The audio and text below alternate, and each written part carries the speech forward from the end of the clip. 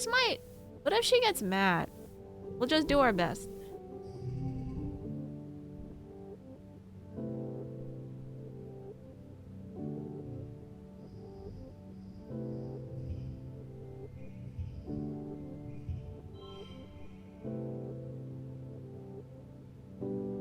I'm so dead.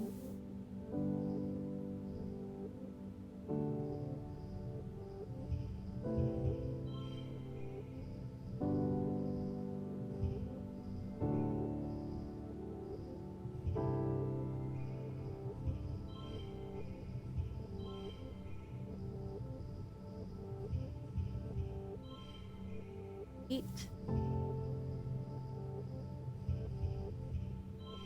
7.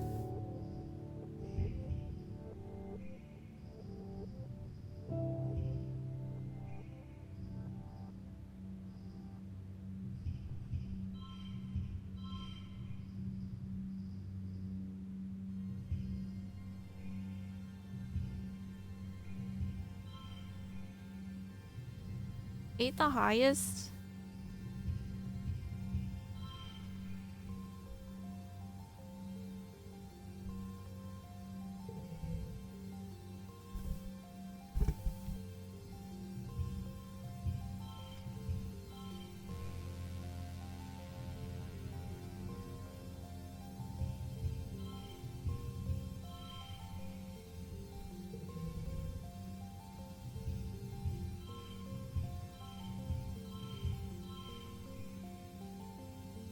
Oh no. I don't have enough AD stress. And that's okay.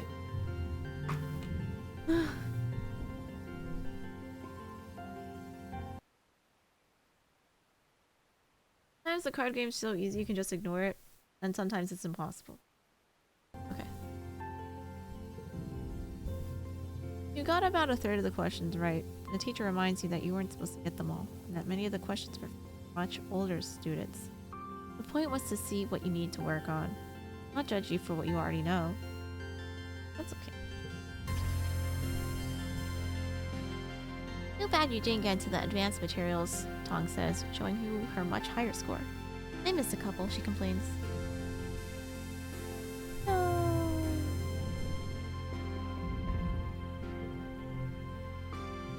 Much has happened in the last month since the monster attack during Glow. The idea of this planet as a peaceful utopia has been shattered. Security squads are training new members and keeping close watch on the gates now. They're reinforcing the walls and even installing a few robotic turrets. In class, you have drills on what to do if the colony's attacked again. All the excitement. You forgot today was your birthday.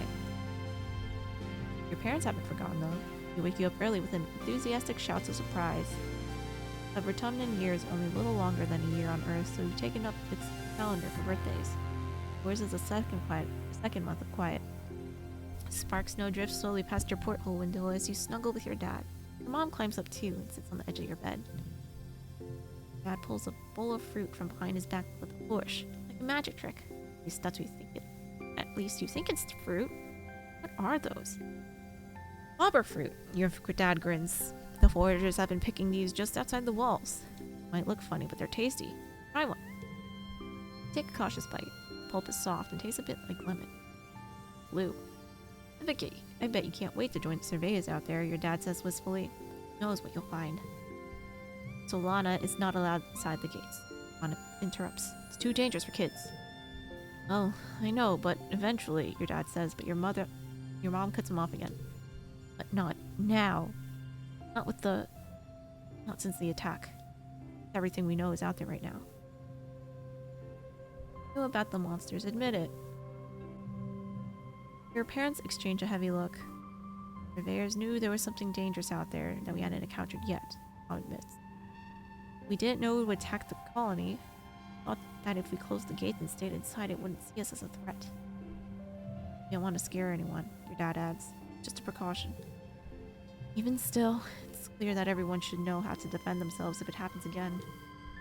To be clear, this includes knowing when to run away, your dad adds. Security Chief Rhett's offering self-defense lessons at the garrison, you know. And for kids, if you're interested, you should drop in sometime. Wahoo!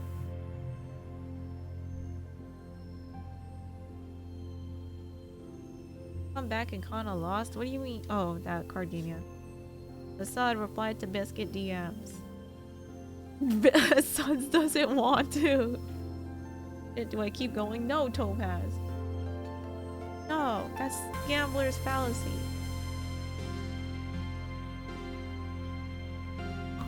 Mom gives you a stern look. And I've heard stories of kids sneaking outside the walls, she says grimly. If I catch you doing that, I'm gonna put a chip in your ear. You laugh. What a good joke. Mom doesn't laugh, though. What?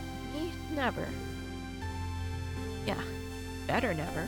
Mom retorts, crossing her arms. Time to do self-defense.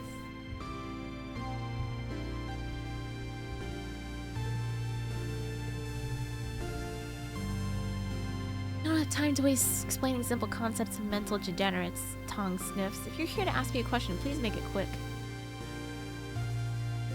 Why'd my friend call me a mental degenerate? Wanna study together? In tangent, sync your hollow palms and play a game together where you race to assemble chemical compounds using simple programming language. Tangent's a whiz at it and breezes through the levels, barely breaking a sweat. You can tell she's hiding a smile when she looks over your shoulder to help you with a particularly tricky algorithm.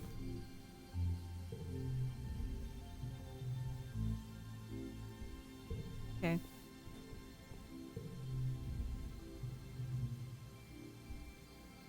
Nemini is running around the sports ball pitch. Mom says the most important part of defense training is knowing when to run away. She huffs as she runs past. Good thing I'm so good at running.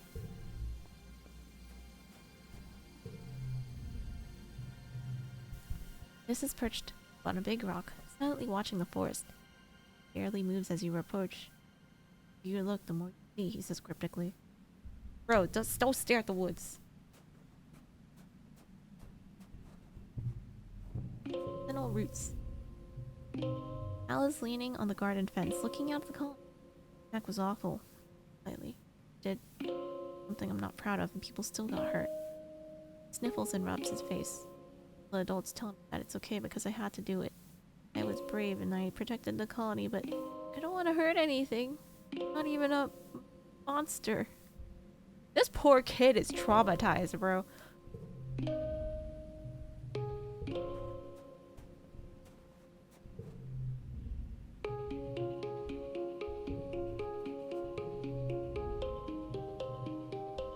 How do I help with animals?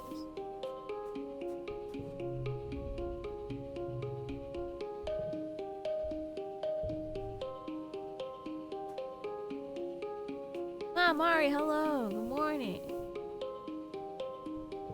Self-defense.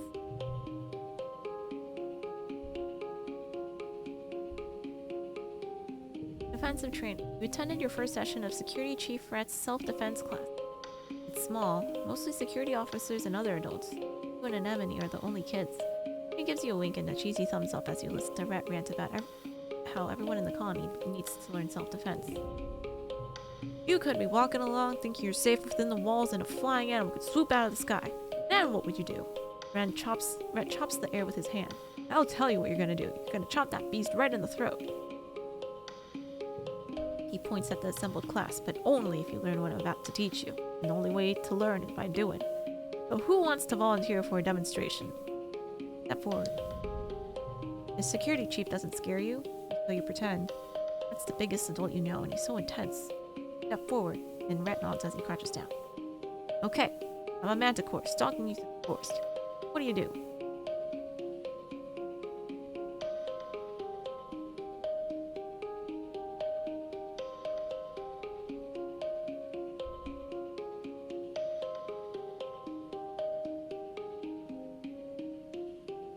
You have a Gambit issue? Yeah. Y'all do. Hope you've been doing well, Mari.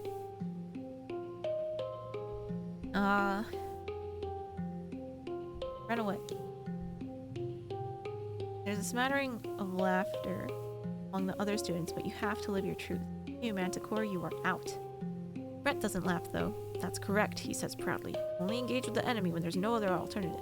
No one walks away from a fight without getting hurt, so the first rule of self-defense is to not put yourself in situations where you need to fight. You learn situational awareness, move on to hand-to-hand self-defense.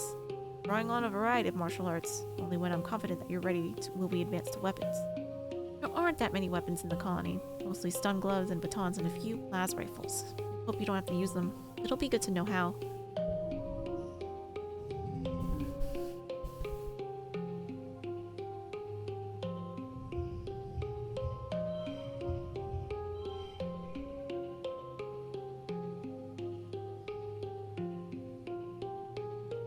Card slot gets a +1.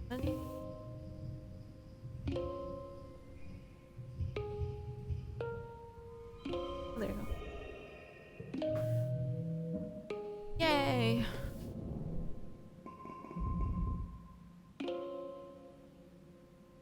Slots for Gamba known. For slots, we have it maxed out. I don't know why. It's like actually broken in Stream Elements. Been busy, but we are surviving. Ah, is it good busy? Hope it's good busy.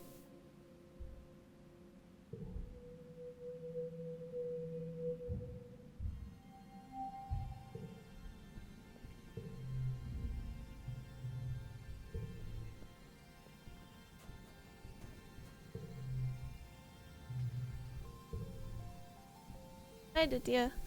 Hello, how are you? I was just scrolling through Twitch and saw your model. Let me tell you, that's absolutely magnificent voice. If you have trouble spelling my name, please call me Addie. I know a couple of Dityas IRL, so hopefully I'm saying that correctly. But thank you! I'm glad you like the model. The house always wins. That's true.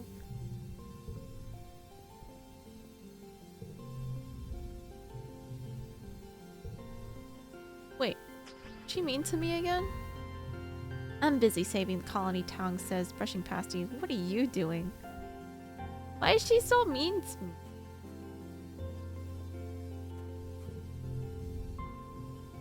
You don't see this at first, but you hear rustling followed by a screech of metal on metal. After a few minutes of looking, you is placing large rocks on the front of a piece of corrugated metal leaning against the wall. He stops and looks at you. You didn't see anything, he says, going back to cover up his tracks. Okay.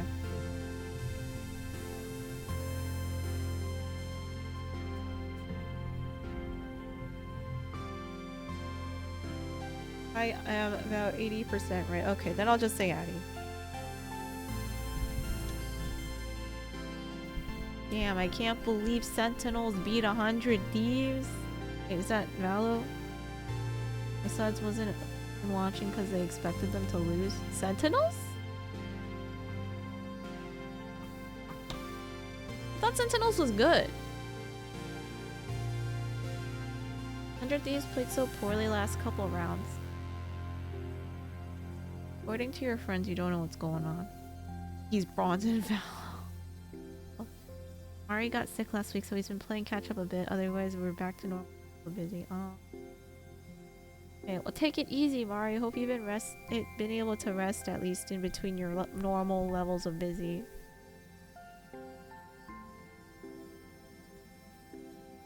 Yeah, I thought Sentinels had 10s or something. Yeah, I thought 10s was OP. 10s opt and got shit on? Opt as in like the gun? Sentinels were only good on? Oh right, VCT, that's probably why there wasn't an award they weren't at the award show. Oh.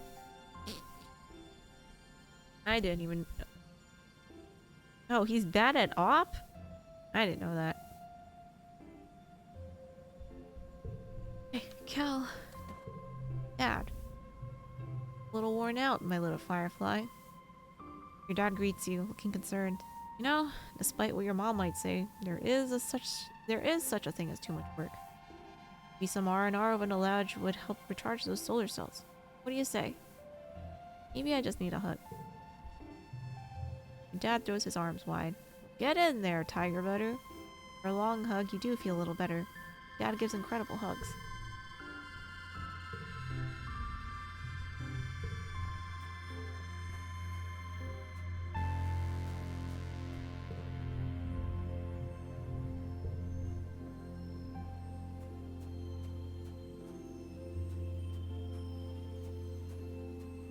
I guess we'll try again about animals. Self-defense class.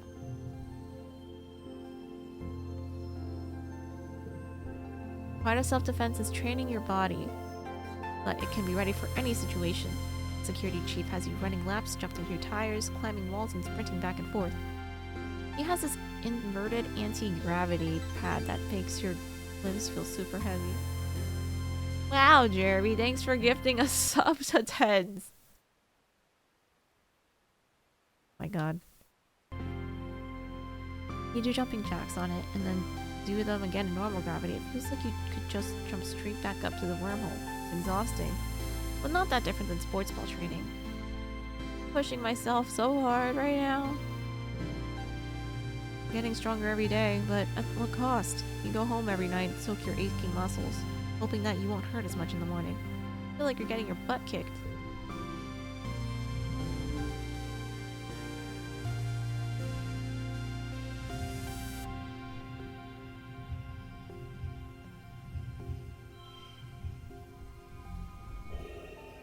Wait, I want to see, because I put it last other time.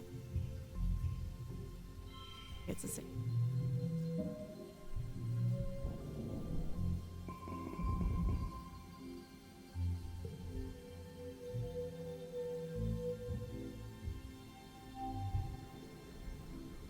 Oh, he's good at all. You're already back to exercising, so I think you're mostly back to normal. Oh, okay, that's good. Other players and teams have caught up to Sens by now. They're making fun of Tens for being washed. Why? How is he washed? How can there be such a drastic difference? Didn't that he like blow up in like 2021 or something? This isn't the Sentinels I knew growing up. This was literally 2 years ago. Jeremy, what do you say? We'll make fun of the best players at this point. Remember when people said Faker was washed? No. The Suds, who's a fanboy, claims Tens only looks bad because teams create comps around killing him. That makes sense. You gotta take down the raid boss, you know? Cal's ripped? Is he actually? Besides, can you give Kaide a sub? Hold up after this team deathmatch. Topaz Red fanboy is femboy. Okay. Yes, a Sen's femboy. Anemone rolls a bobber fruit down her arms and flicks it to you with her elbow, and then munches down on one of her own while she watches the construction crew work on the walls. Kinda cool, huh? She says. Soon this place is gonna look like a real colony. You spot Dis arguing with someone working in the expeditions. Point angrily back to the gates and Dis slinks towards you, anger in his eyes. Here. Hate it. Hate it here. Kid, calm down. Got nowhere else to go. Literally.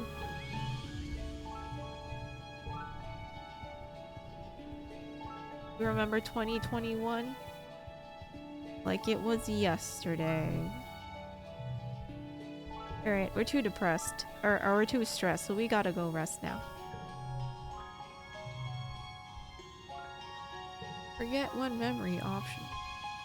Let's hang out with Tan. Tang. Tangent is quietly reading her holopalm.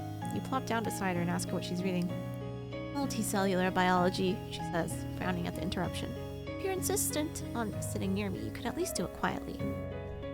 No problem. You open up your holopalm and find a textbook of old Earth poetry too. Never a bad idea to do a little independent study.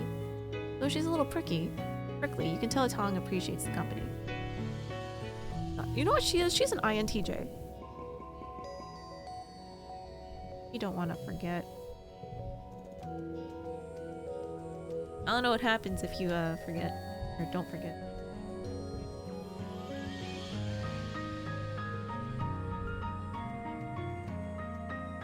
Mars is leaning over a hollow screen, chin in hand. She exhales and blows a piece of hair out of her eyes.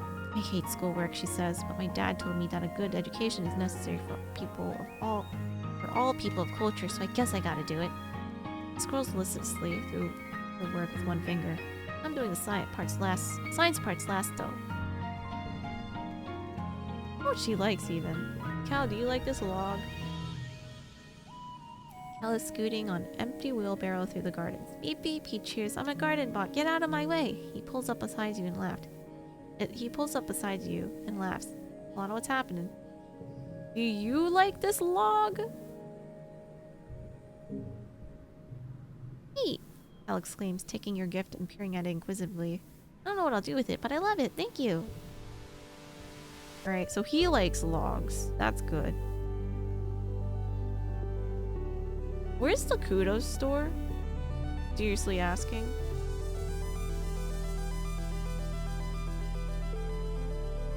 Anna gets bullied and she's fighting through it. Yep. It's at the place where I deliver. Oh. I'll check it. Tangent is deep in conversation with one of the other scientists. He seems to be consoling her, though Tangent's face betrays no emotion as he claps her on the shoulder and reassures her that she's doing very well for someone so young. That everyone compromised some of their samples when they were first learning. He leaves. Tangent sighs as she goes to put her head in her hands, stopping short when she realizes she's still wearing gloves. She peels them off and digs her fingers into her eyes. What's up, Tang?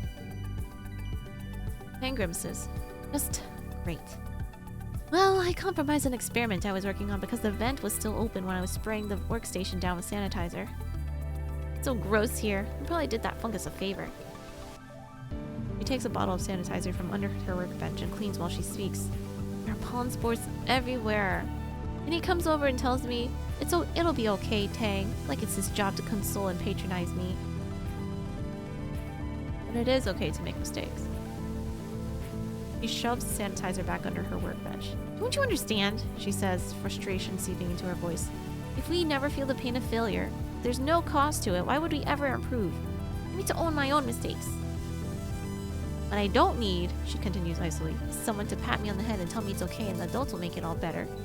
I messed up. Just let me fix it. Don't make a big deal out of it like I'm a child with a boo-boo. Okay. Okay, INTJ. MBTI type.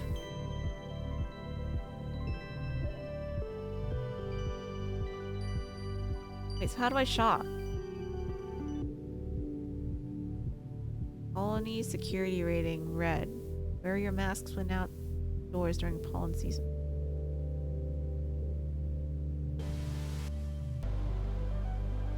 Might not have unlocked it. Okay.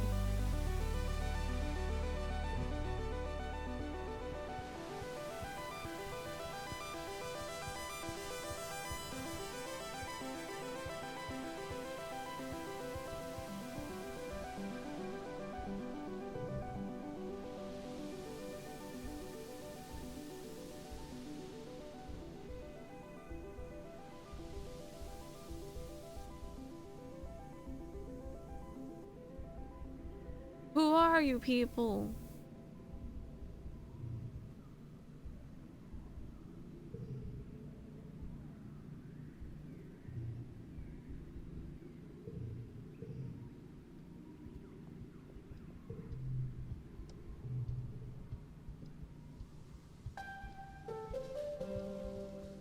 Defense training.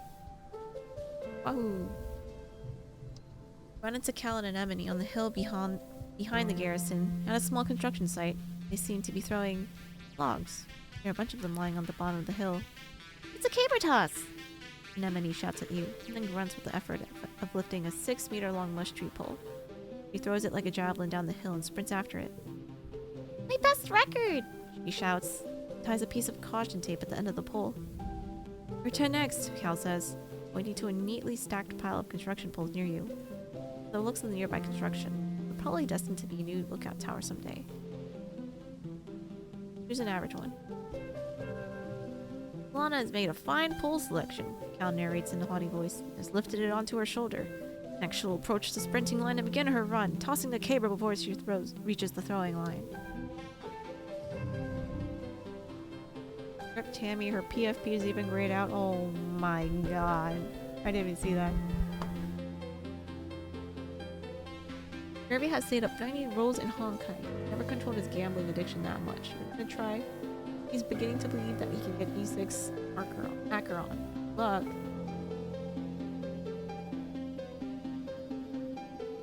Congrats, Topaz. on your singular win.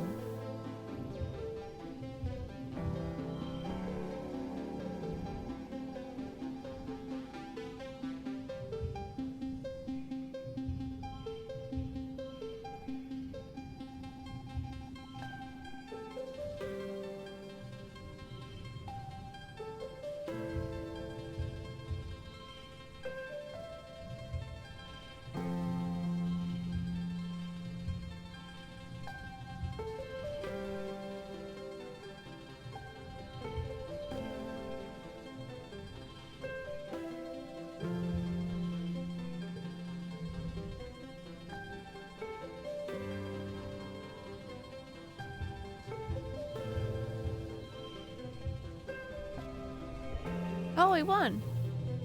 Oh. The pole sails down the hill past all the other poles, coming to a rest sticking out of the ground. Wow, you beat my best distance, Anemone says when she jogs back up. Players can't beat each other in the mushwood toss, but they can only beat their own highest scores. But you get 3 bonus points if it sticks out of the ground like that. Play for the rest of the afternoon, adding rules and variations as you go. You don't stop until the entire stack of poles are in a jump at the bottom of the hill and decorated festively with the caution tape. I wonder how you got away with this.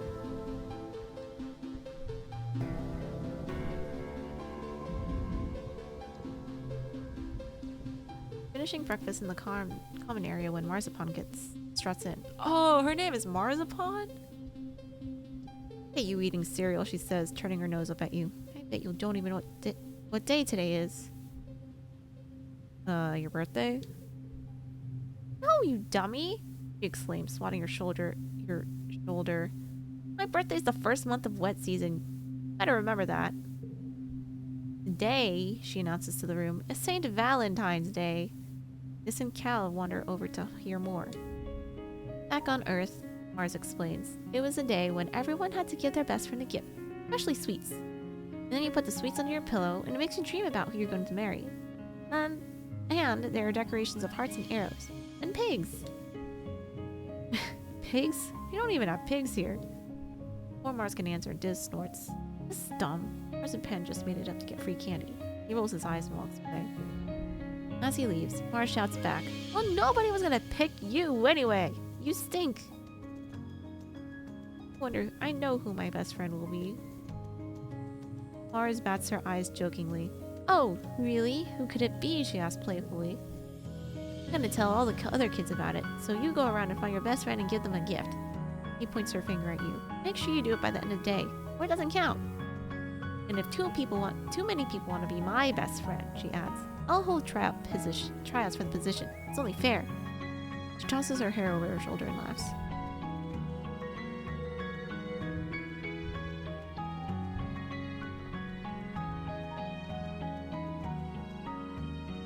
Says, Jeremy, after seeing Acheron's animation, I think I'm that Delulu too. Jeremy says, I'm gonna get 4 Acherons in a 10 ball. Whose gears are turning? Gee, I just watched her full animation. Cool, we're getting HI3 levels of animation right now. Wow! I hope Sparkle's just as cool.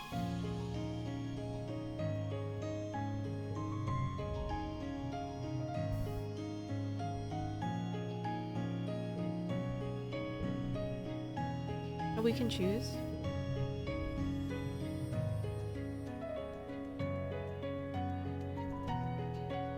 You find Dis watching the jungle through the gap in the fence, kicking the dirt with his toe. It's quiet when you walk up. He must be in one of his moods. Watch with him. Sit and watch jungle with him for a while. You ask if he's ever been on the other side of the fence. Nods quietly. A few times, yeah. The way through behind the garrison building. Both sit in silence again for a long while until he breaks it by saying, it's really nice out there. Want to be best friends to annoy Mars? You explain that of course you aren't taking it seriously, you just think it would be funny. He looks at you and shrugs. Sure, I guess, he says. Looks back out at the forest. It is kind of funny. Stupid thing anyway. tongue was being mean to me.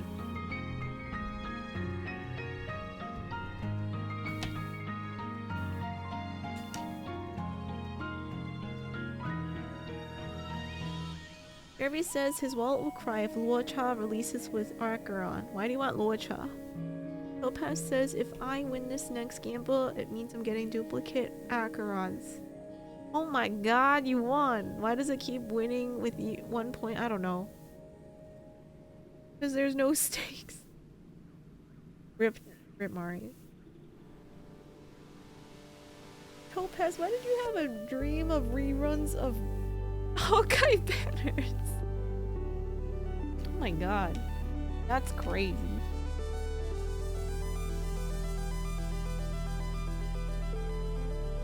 Wait, so can I sneak out now?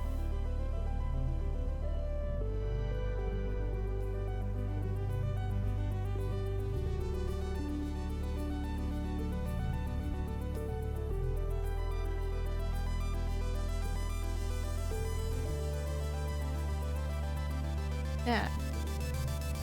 Your dad.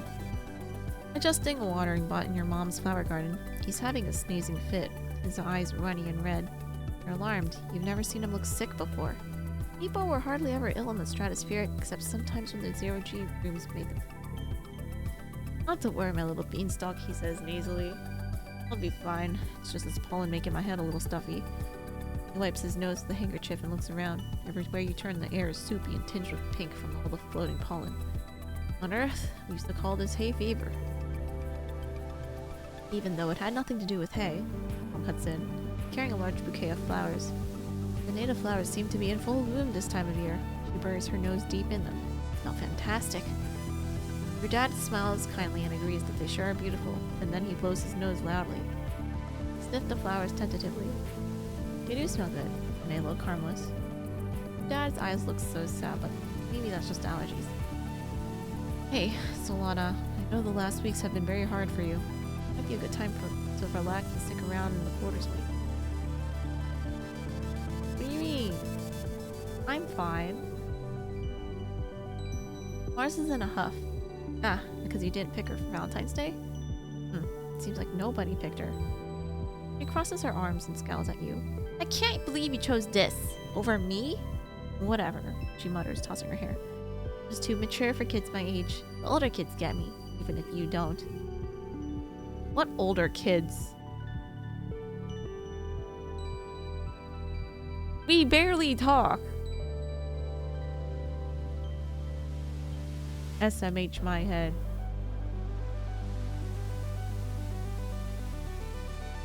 How do I get out of here? I've seen Dis use this drain pipe behind the garrison to slip the walls. There's a metal grate that comes off so you can crawl through. Do you want to go out there? Sneak out to explore nearby.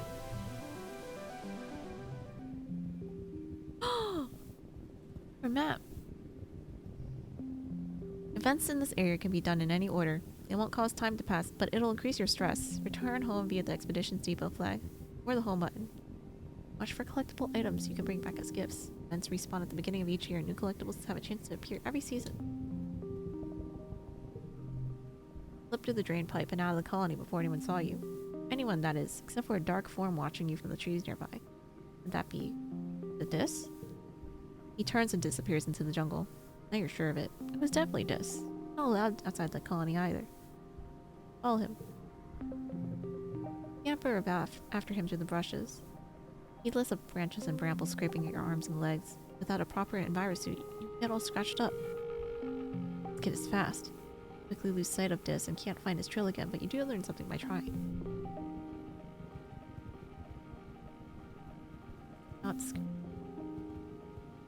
I want to loot.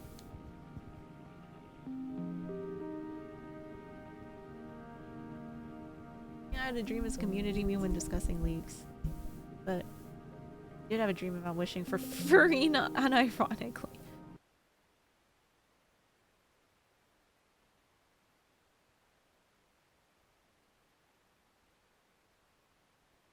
Giving she's mature for her age. Yeah. Wow, this Pal World update goes, hi Garrett. Woo, I finally reached Expedition. Wahoo! Hey Epic. Hope you're doing well. I had to alt back into... Wait, where does this go? How do I go home? Oh, okay, so, okay. Let's go here. You leave the path and sneak through a strand of mush trees to one of the little sawmills dotting this area. It's small, but busy operation. 3 people feeding mush tree logs into some kind of machine while a 4th one directs a 4-legged robot with a plasma saw mounted on the front. Stay and watch what they're doing. Stay out of sight and watch how they do it. When one tree crashes down, it seems like the others are wincing. Probably just your imagination, though. I don't think so. Maybe it's real. They aren't planting new ones or leaving anything behind. You know the mush trees regrow everywhere, every year, but can they still regrow when you cut down everything like this? Probably not. That sounds unsustainable. Even the smaller trees and brushes are getting ground up for mulch. A scary big grinder that sounds like a roaring beast. The entire process makes you uneasy, but also proud of how industrious your colony is.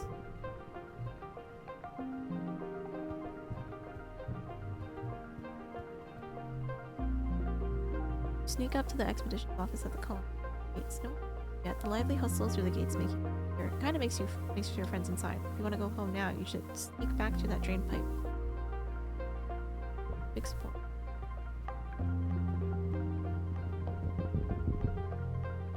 Pause in your tracks, hearing a terrifying sound. You strain to listen. Is the manticores roaring in the distance or something even more dangerous? Bravery challenge.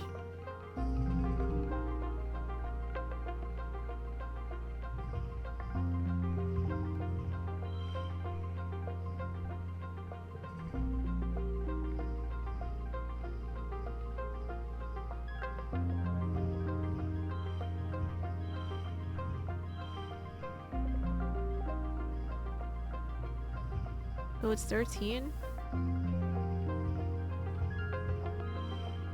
11?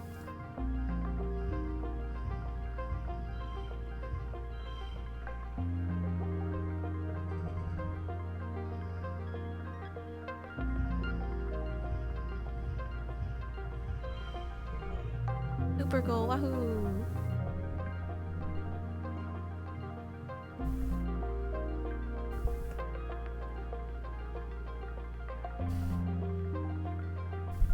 You don't back down, though it takes energy to keep walking towards the roar as you hear it again and again, getting louder and louder. Not a manticore, it's a little fluff of a creature, all puffed with the effort of roaring, its voice amplified by a hollow log. It sounds just like a manticore, though. Weird survival feature. It probably intimidates a lot of predators.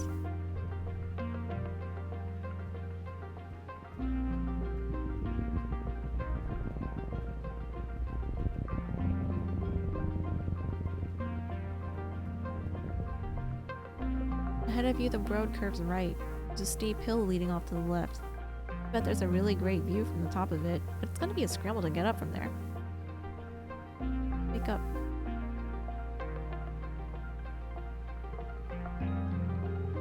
You leave your pack in some bushes at the base so you'll be light on your feet, and then start the trek. Tiring and even steeper than it looked from the bottom, but some broad-shaped mushroom-capped trees provide shade. The view from the top is spectacular.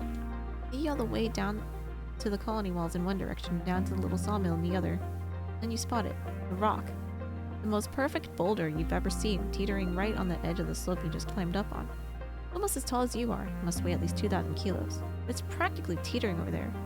I think with enough muscle you could push it over. Push the rock down the hill. There comes a time in every childhood that one must take life by the horns and just push the rock. Shove it with all your might, digging your toes into the hard ground and leaning it. The rock starts to slide. And suddenly it's off with a satisfying lurch, catapulting down the hill, rolling faster and faster, crashing to the brushes and... oh damn, your pack! The rock just rolled right over it. Begin to make your way back down the hill to retrieve your bag, now completely destroyed with all its contents. Ah shoot, you're gonna have a hard time explaining this one to your parents. You're gonna need a new pack.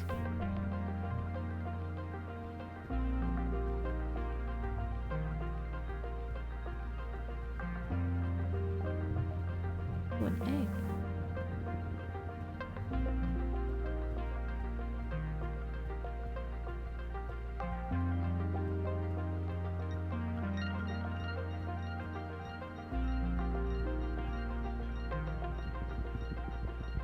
Oh, Tonin?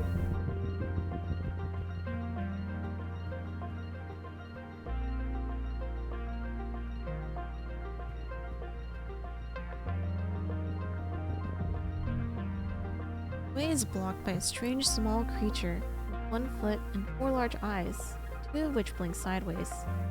Top of its of its head like frog eyes. Oh, this must be a hawkeye. You've heard people talk about them, but you've never seen one up close. It keeps thumping its foot on the ground really loud. Let's deal animals challenge. Hello, hello. Bait sent you. Like just now. Well, hello, Nutella. Welcome in. Okay, wait. One.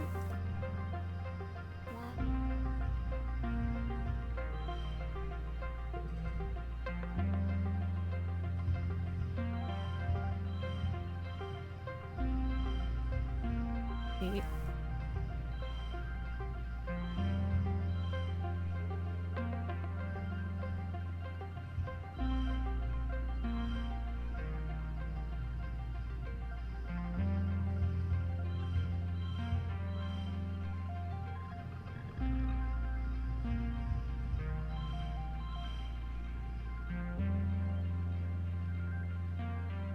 Maybe we'll get more points. Like yesterday, but you weren't streaming it. Oh, I see. Oh, welcome in. Right, there you go. Where's Fate? Wasn't she doing something for her birthday today? Or is she working right now? Probably working right now. Hello, how about local here? Enjoying her B-day. Yeah, that makes more sense.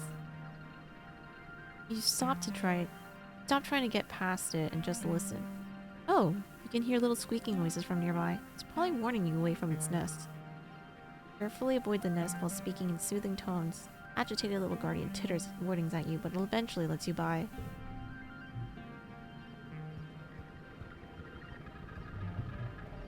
Okay, so I have anemones. I mean, I have eggs to give anemone. Go home. Let's go home. Holy ear eyes.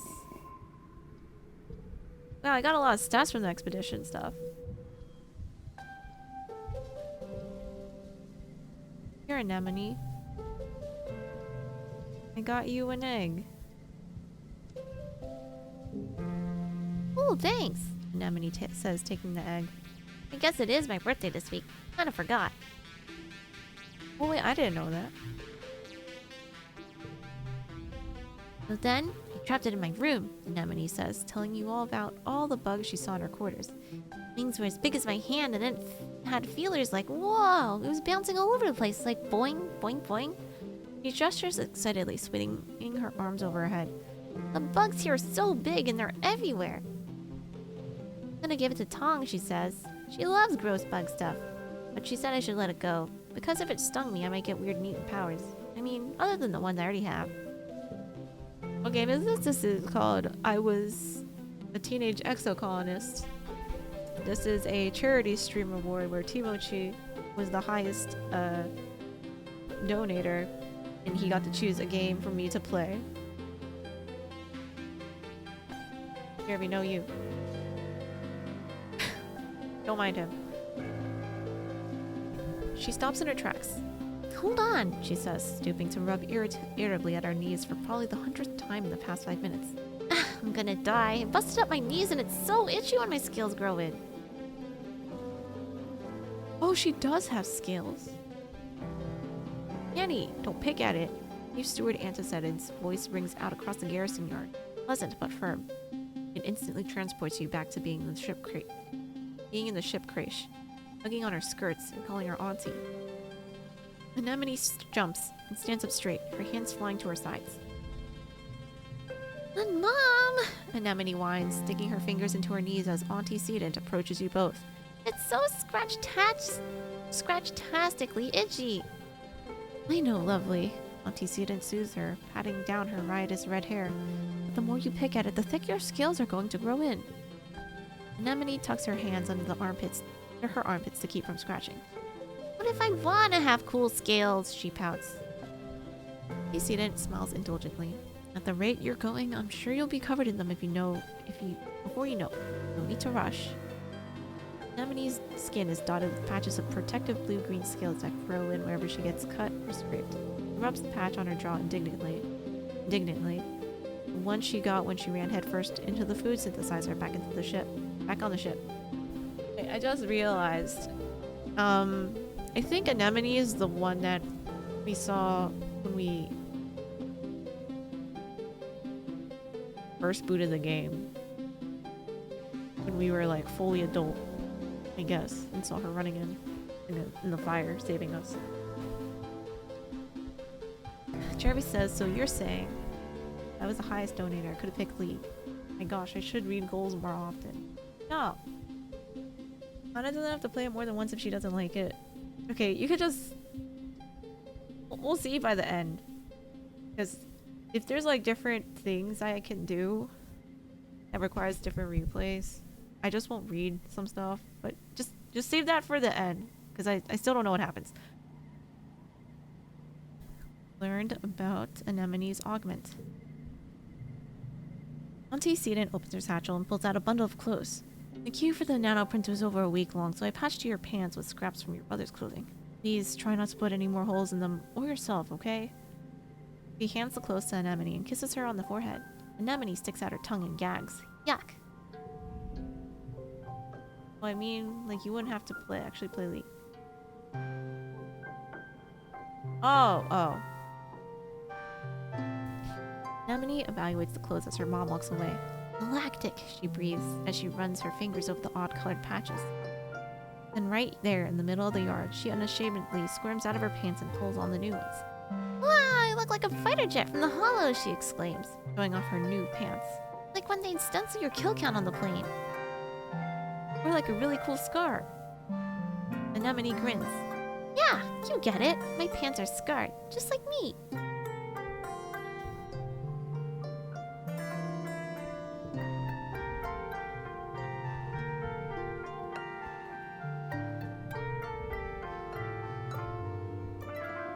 If Tong paid you any less attention, she'd be flat out ignoring you. Can I help you? Wait, what if she likes these medicinal herbs?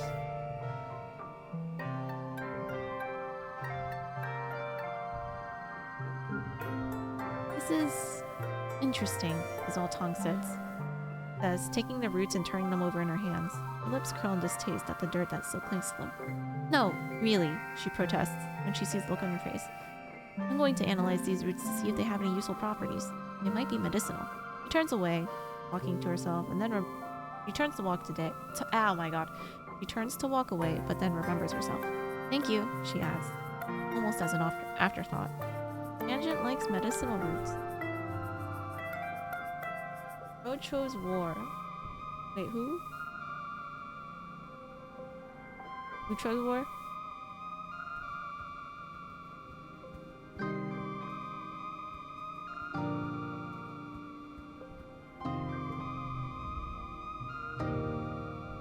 We have... I don't know if he likes any. Why not?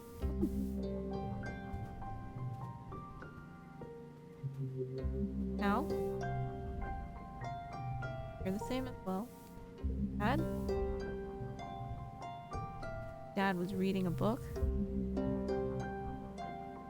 Mom's hard at work. Are you even surprised anymore? She cares more about these skills more than anything else.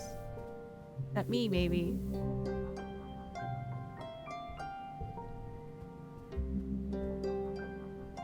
Are you still mad at me? Mars is watching her hollow screen intently. She shushes you before you can get a word in. You're about to kiss! Mars hisses, barely giving you a second look. She likes sweets, right? What's, anything else here? Alright, let's eat.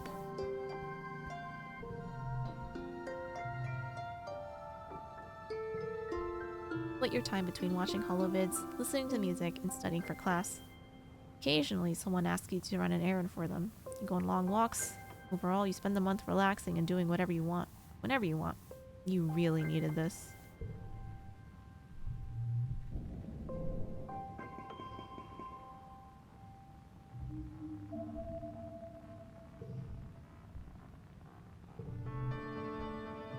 It's time once more for Vertumnalia. The mood of the colony has been muted this year. Ever since the attack during Glow, though everything is still cheerfully decorated and the feast table is still heavy with food, mostly soy rations. This Vertumnalia just feels different, in a way you can't describe. Colonists gather in the square for Governor Udicott's speech. What a year Vertumna has given us, the governor begins in her weedy voice. And before you, so proud of everything the colony has accomplished in such a short time. I've always hoped that we would bring with us the best facets of humanity. Cooperation, resilience, creativity. The events of this year have given me no reason to doubt my convictions. These creatures were unexpected, but I urge everyone to consider what it means for life here. If Vertumna can sustain megafauna, that means conditions are good for us as well. Our friends in geoponics are already working on the logistics of domesticating the wildlife. Your dad, as second cultivator, stands and gives a sheepish wave to the crowd. There's a smattering of applause. Mars elbows you. Hey, did you hear? My dad said Udicott's gonna announce the depot's open to the public. You shoot her a questioning look and she just rolls her eyes. No, shopping? Somewhere to spend all the kudos we've been saving up? Gonna be candy, toys, and makeup, and nice smelling soap. Not the boring kind in the communal showers. You know the concept of shopping. They do it in the holovids from Earth, especially the one Mars likes, but you've never actually done it. The colony provides everything you need, but it would be nice to buy yourself a treat. My dad gives me an allowance, Mars says, shooting you a look of pity. It's too bad your parents make you work for yours. You and Mars tune back to the speeches just as Udicott, as predicted, announces the opening of the general store at the depot. Mars gives you a knowing look as she claps. Go grab lunch, have a good stream. Thanks, Mari. Have a good lunch. Buying soap can't relate, says Jerry. Oh, we know. Udicott gestures for the council members to stand. Finally, council remains unchanged from last year. We are, as always, proud to serve you and the colony as your government. Music starts up as the governor finishes. Thank you for all your hard work and your perseverance this year, she says over the ruckus. Together, we build the future. The crowd disperses and sets up for the annual games just like last year. There's a talent show, a science fair, and bot wrestling, now with an obstacle course. When do you participate in this year? Science fair, let's beat up Tang.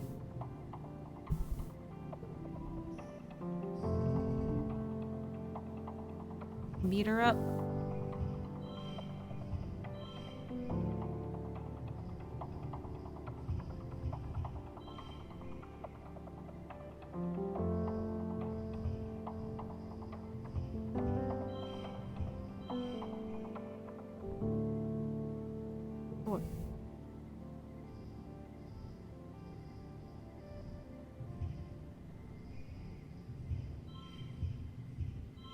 That does 13. This 11.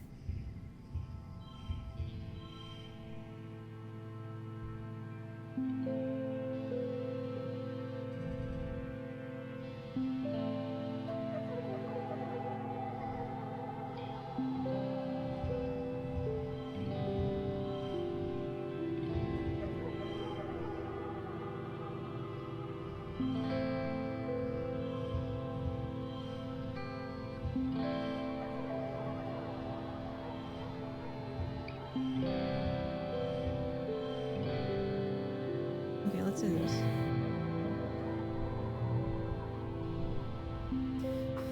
In secret, you've been working on a social experiment about delayed gratification. You've been sneakily studying the adults, taking notes on their snacking habits and their mood. You find that Zeke and Dr. Instance rarely eat sweets, but Utopia and Auntie Sita do all the time. You correlate this with their attention span when you see them tackle frustrating problems. You know, problems you can control. Eat. Like, if a child backtalks to them. The judges are impressed with your methodology. Instance, perhaps a little bit begrudgingly. They award you first place. After the festivities are over, everyone takes time off for a much-needed break. Mars organizes a water fight that takes over the whole colony. Even the adults, it brightens everyone's spirits, even in the thick heat of dusk. Went up on top of the western wall with this, launching water-filled rooms down on the unsuspecting anemone on the sports ball court below. It all seemed like a neat place to hang out and relax. Much quieter than the lounge, if you're looking for some solitude. Relax on walls in the garrison, wow! Hey Baron, yes, new game. I'll be honest, I'm still not exactly sure what this game's about. I'm assuming it's a life sim. That's, right now, yes. That's apparently what that is. Reese's Puff, Reese's Puff. Beat 'em up, beat 'em up. Yeah. We have basically colonized some other planet. Because we have left the Earth. Because it's no longer sustainable there.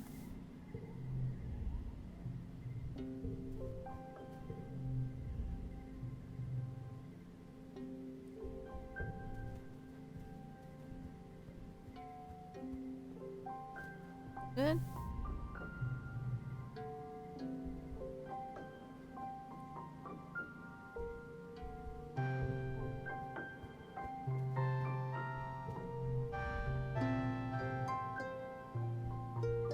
Why is she still mean to me? This how she just shows affection? Alright, let's sneak out. Again. 11 events remaining, 5 collectibles remaining, it said, or something.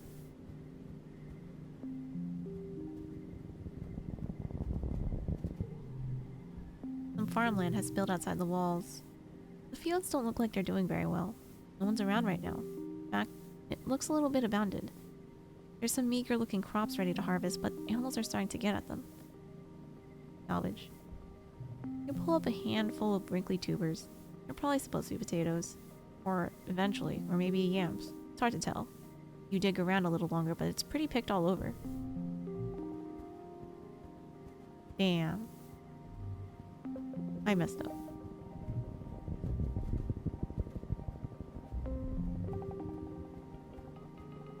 Hi, Dis.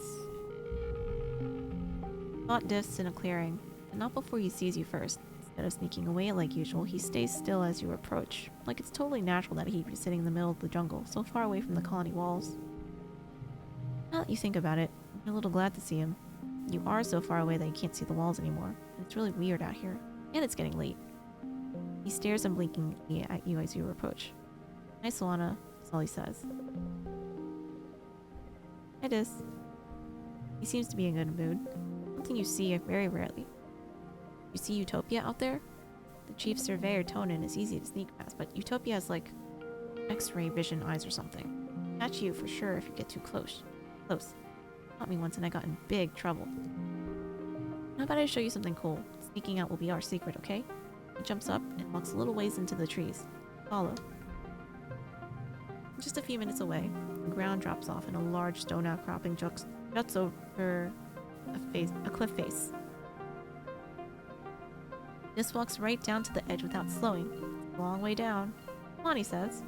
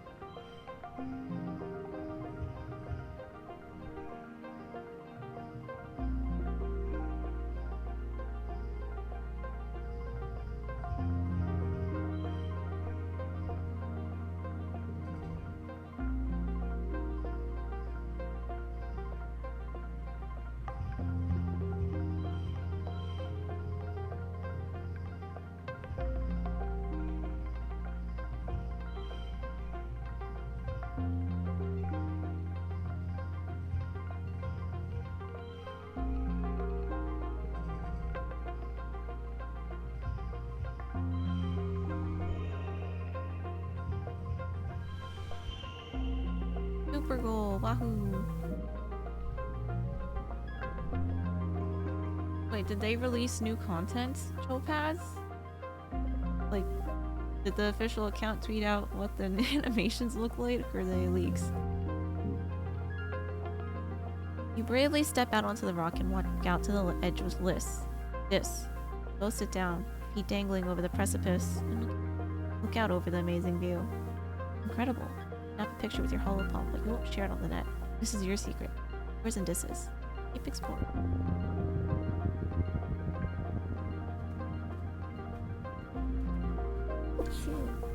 Little animal.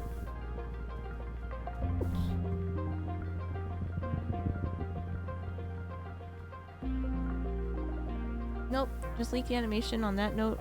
Really, rip to the leaker, I guess. Nice. The path here is engulfed by a dust tornado. Whirls and twirls, not showing any sign of moving sway. Through the dust.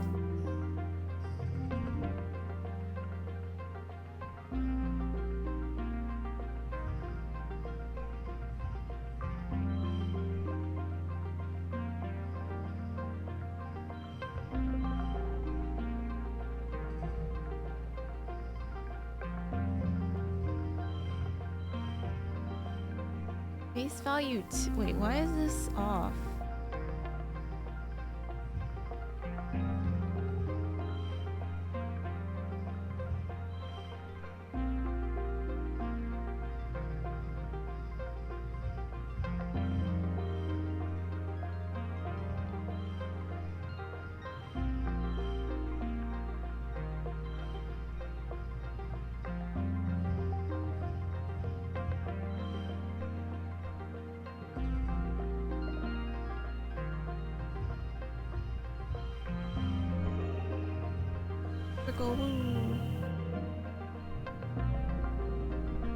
Don't look at story leaks though, that's you. On Slay. Good. You shut your eyes hard against the swirling dust and somehow manage to walk in a straight line through it. Once you pass through and turn around, the dust storm settles. I wonder if walking through it somehow caused it to die down.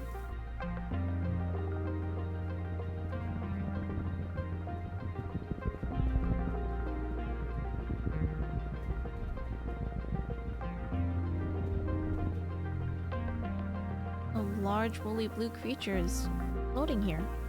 Feet are off the ground. To be upside down, which is causing it some distress.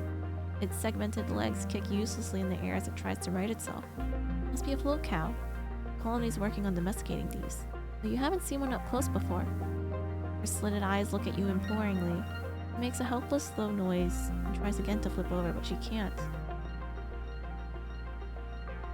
Pop the float cow. Right, figure out what's wrong with her. You take a closer look. You've heard they float using a certain ratio of liquid to gas in their membranous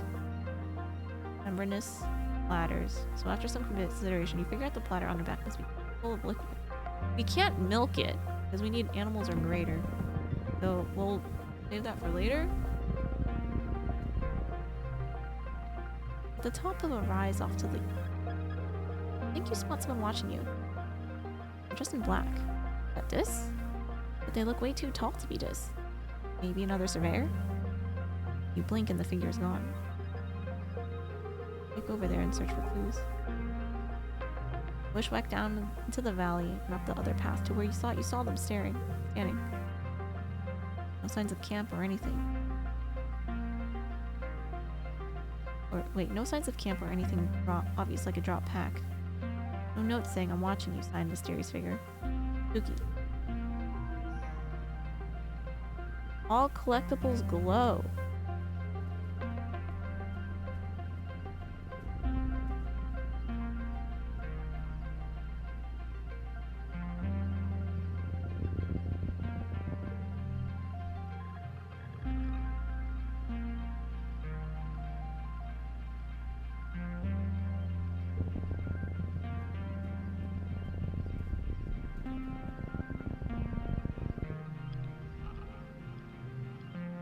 You're in a clearing. The most majestic creature you've ever seen. It's like a unicorn from your dad's storybooks. but with leathery reptile skin that shines when the light hits it. It moves so softly, like it doesn't even disturb the ground. It could be dangerous, but you want to see what it does. Be as quiet as possible.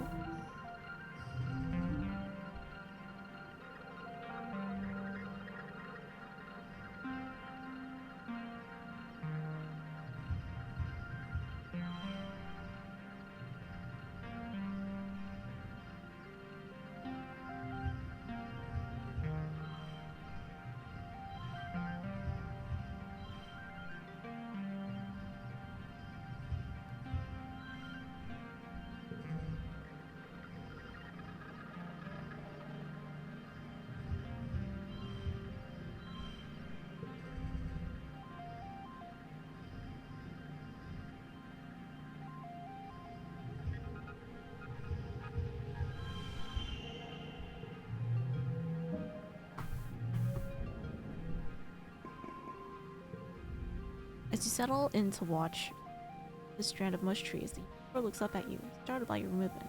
Try to hold perfectly still and quiet your breathing.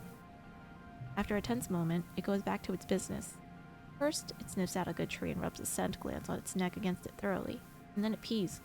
Like a crystal waterfall on a rock. Everything it does seems magical. Quietly take a picture with your hollow palm. But you know you can't share it, or you'd get caught for sneaking out. Next, it sharpens its horns against the rock, which is scored with marks that, having done this before. This must be its favorite sharpening rock. Notice the bulge in its stomach. Must have had a few recently. Eventually it curls up for a nap. Quietly sneak away. This was so wonderful. And as a magical place.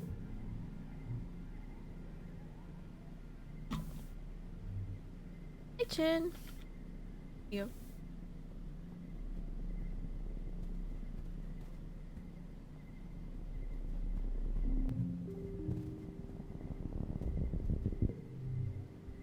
Minding your own business when you stumble into. It's so hot. The two suns are beating down on you. The ground is cracked and parched, and so are you. Ahead is a long stretch with no trees, just the merciless heat of the sun scorching the ground. Look for a shady route through it. Is this some sort of fantasy world? Yes. It's some sort of a sci-fi game.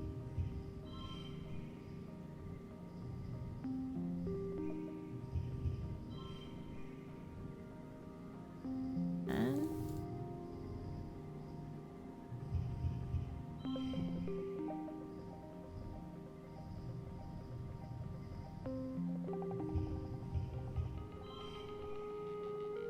13. 4.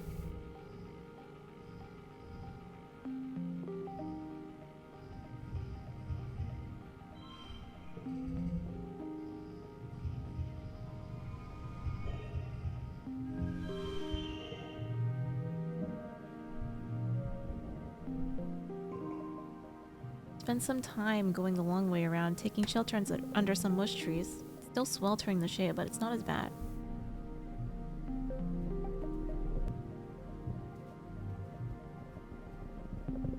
Found an egg. Woo. Come across a cluster of mush trees. They're not fully grown yet, but they're still pretty big. It might be good to harvest them before they get all gross and mushy during the rainy season. If you were older, you could probably cut them down and get some kudos for them. Give them a friendly pat. You like the mush trees. Give one a pat and are surprised when it moves under your hand. Not the tree though, but a camouflaged creature lying against the trunk. Small and looks like a little octopus. Or starfish. Lots of long legs, wrapped around the tree like it's giving it a hug.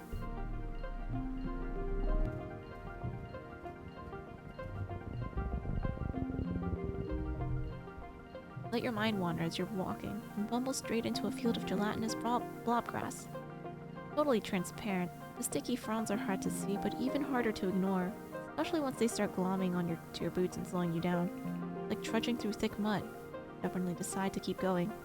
Paying close attention to the visible signs of this blob grass field. There aren't many, just an absence of other vegetation.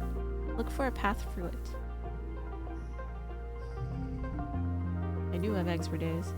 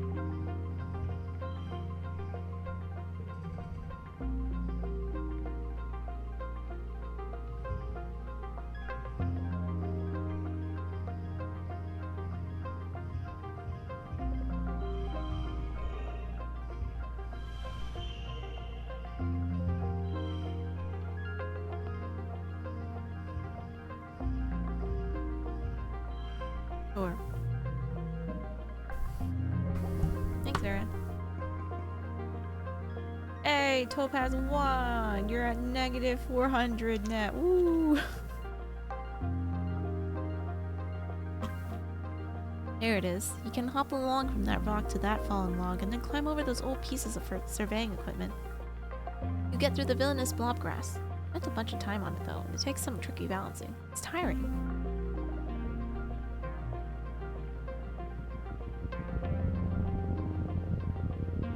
Go home soon.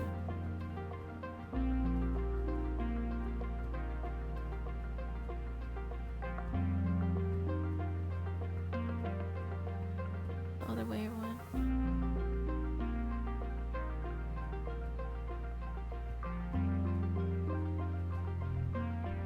Let's go home.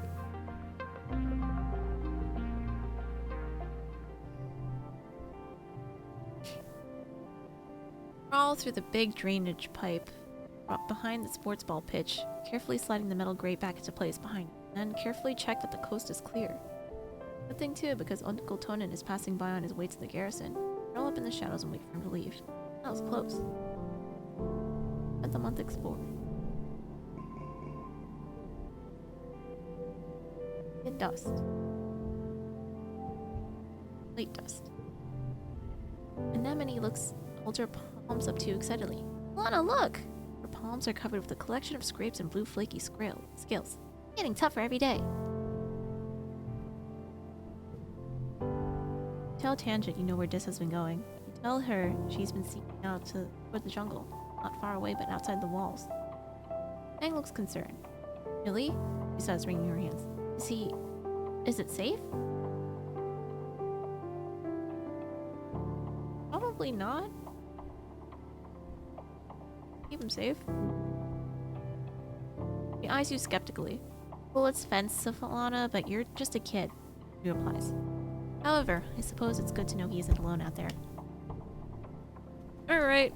We're on the positive side of her again. Wahoo!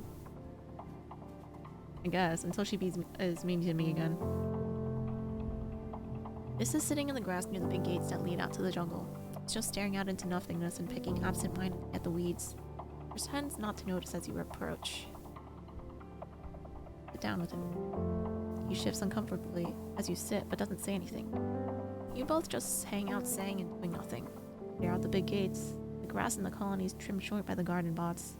But out there, it's wild and high as your waist. Head Surveyor Tonin is prepping his equipment for an outing. He's bringing a lot. He's gonna stay out overnight. I'm starting to wonder if this will ever acknowledge you. Says, got to go. He starts down the hill, he pauses and says, this is a good spot. I'll probably come back here tomorrow.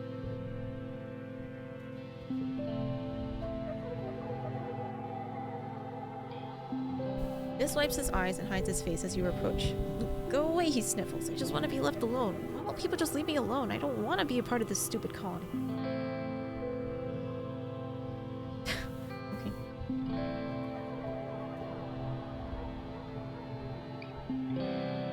20 meter. We have to stay home when it's below. You find Cal slathering himself with sunscreen. The heat doesn't bother me, but the sunlight sure does. My mom wants me to wear this stuff because I guess Earth's sun was so powerful it used to make people sick. Isn't that silly? The sun making you sick. Yeah, skin cancer. Wear sunscreen every day, y'all. Mars's pockets are bursting with candy. I'm so glad the shop is open, she says, pulling a piece of soy taffy with her teeth until it snaps. It's honestly not even worth living if I can't shop. This is the supply depot. Cake! Oh! Wait, this is all so expensive. Alright.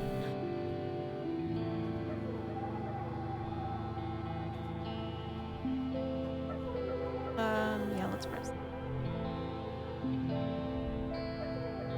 Hanging out in the lounge. Watching vids when Mars pulls you up out of the cushions. She has a devious look on her face. Luana, it's your lucky day. You get to help clean my bedroom. Oh wait, it's my day off. Fine.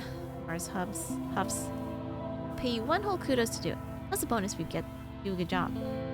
No deal. Guess I'll have to find another sucker.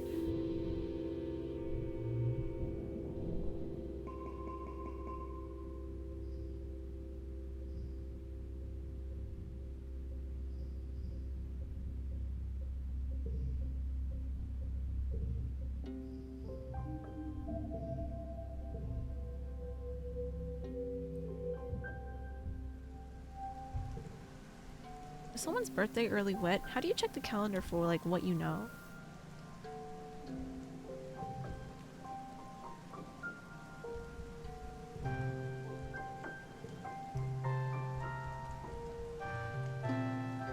Where do you check what you've learned?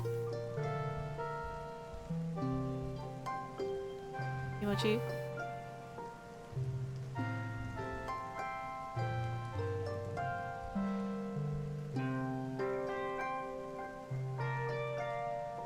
Like when you learn random things about people?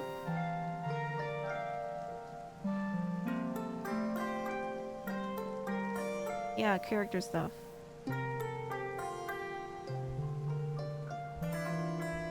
Like when people's birthdays are. Isn't there a page that lists them all? I don't know. Is there?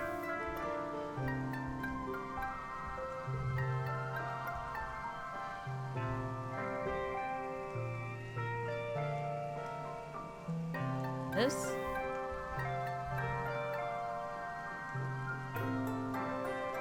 Okay. Oh, he still likes eggs.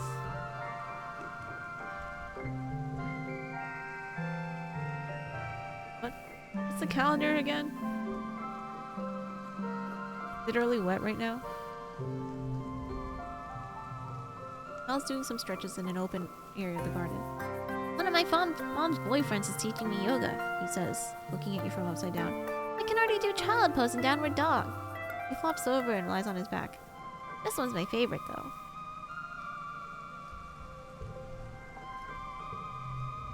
This is perched up on a black rock, silently watching the forest.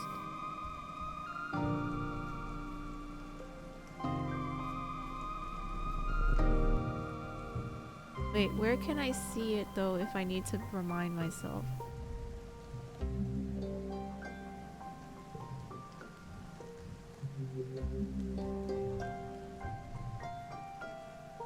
I don't have anything to do. So.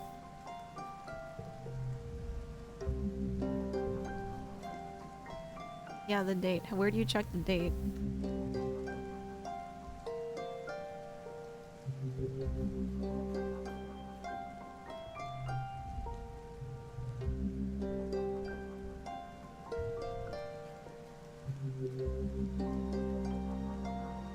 Circle around your portrait. Oh, okay.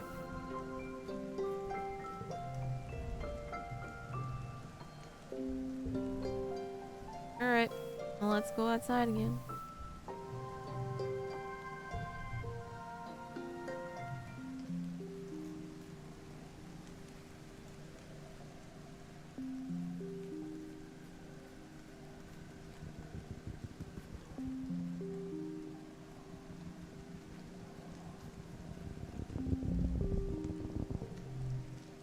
Your screams from just over the next bluff.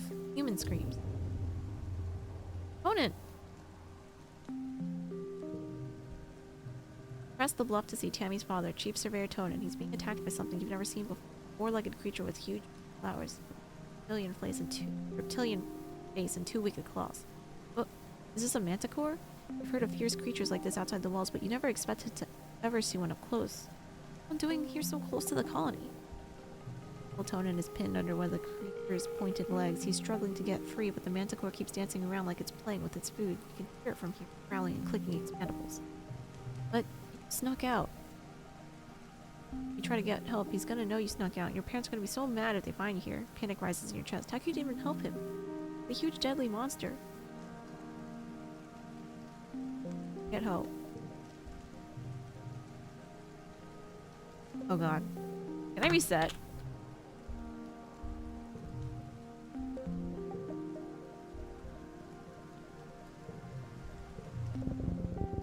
Bruh.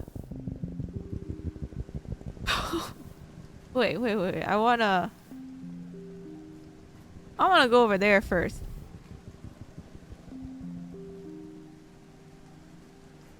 The 3 lines are 3 months. Okay. That one big line, I guess, is glow.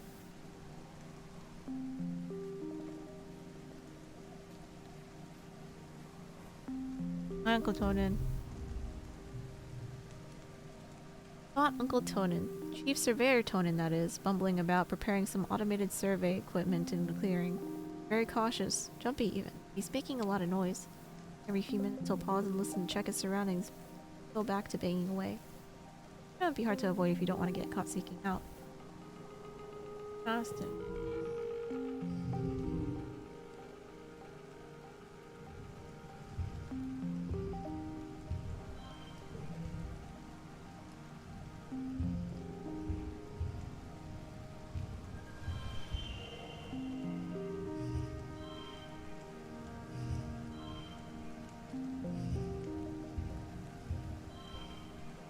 Wahoo.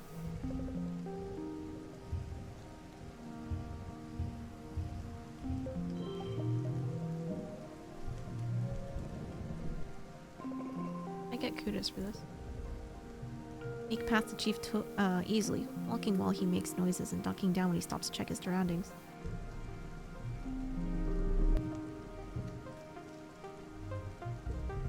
A nearby pond has been dammed up and washed out the path here. The path continues on the other side. Bravely jump over it.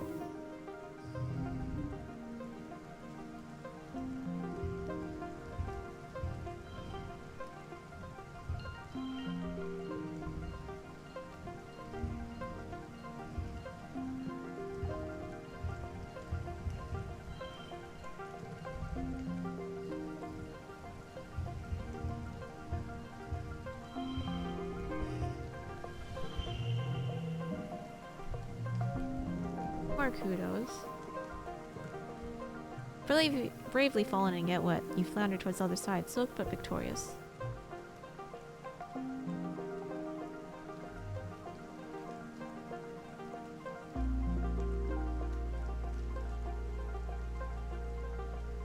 Gonna run into the monster over here. Okay, let's see if we can distract it.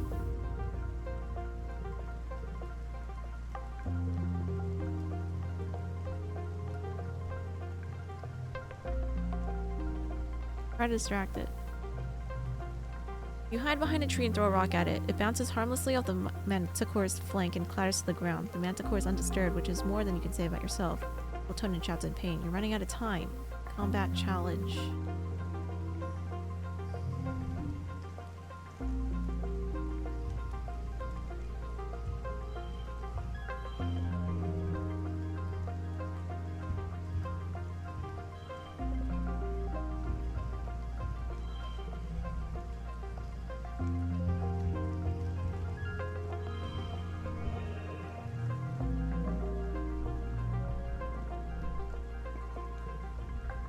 Break through the tree line, yelling your battle cry. The manticore looks up from terrorizing Tonin and decides you could use a bit of terrorizing yourself. It roars, a deep, angry sound. You can feel it liquefy your guts.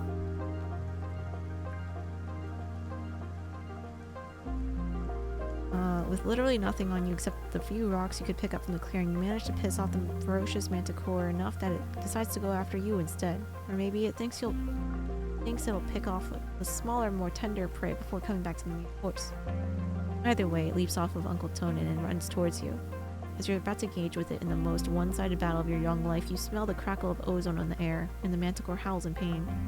Uncle Tonin! You must have distracted the manticore long enough for him to get his plasma rifle. The manticore turns and flees, and you run over to his side. Solana! I don't know why you're out here, but I'm so glad to see you. Together, you manage to limp him back to the gates. He'll be fine after an afternoon in the medbed, which is a relief. But you're even more relieved that when you don't get in trouble for sneaking out. You don't know what he told your mother, but it was a miracle that you weren't grounded for life.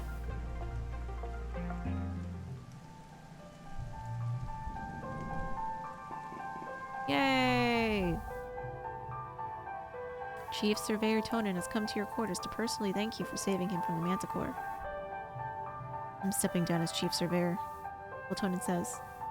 I think it's about time I take up a job inside the colony walls. I wasn't built for life outside a ship, I think. He smiles, looking a little sad. Someone like Utopia has the youthful reflexes to stay safe out there in the jungle. You're doing great out there now as the new chief surveyor. For that matter, so would you. No, you weren't supposed to be out there, but I would have died if you weren't. That has to count for something. When Utopia offers you a spot in the expeditions, you should take her up on it. You'd have done the same. Conan sighs, looking around like he's not sure what he's going to do now. Not even thinking about the rest of his life, with Tammy gone and his career over. You don't know what to say. Eventually he slaps his thighs and stands up with an awkward chuckle. Well, that's it then. Just wanted to let you know how much I appreciate, everything.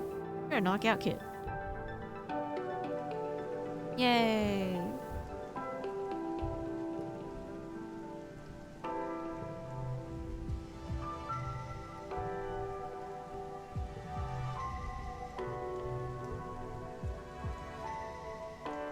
Congrats, Anna. That event is difficult to beat first playthrough. Wow! Thanks. Yeah, I'm glad that I had the option unlocked. For real. Ooh. You step cautiously through the colony gates. Lana, how's it going, little sis? Chief Surveyor Utopia steps casually out to bar your way while making it look accidental. Whoa there, I know you're ready to head out there and join the surveyors. I don't know if you're ready to head out there and join the surveyors just yet. Why don't you skedaddle and stick to sports ball inside the walls for now? She rubs her knuckles into your scalp and sends you to your way.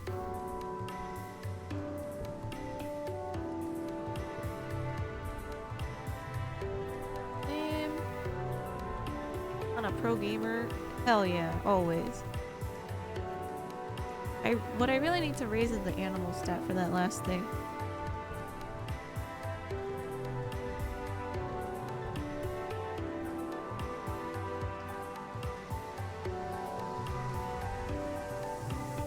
Oh wait. I can buy something now.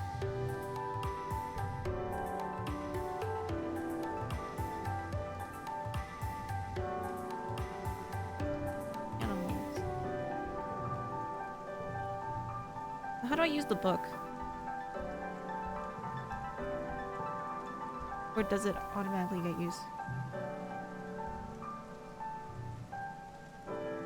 Oh no, I just equip it. Okay, I see.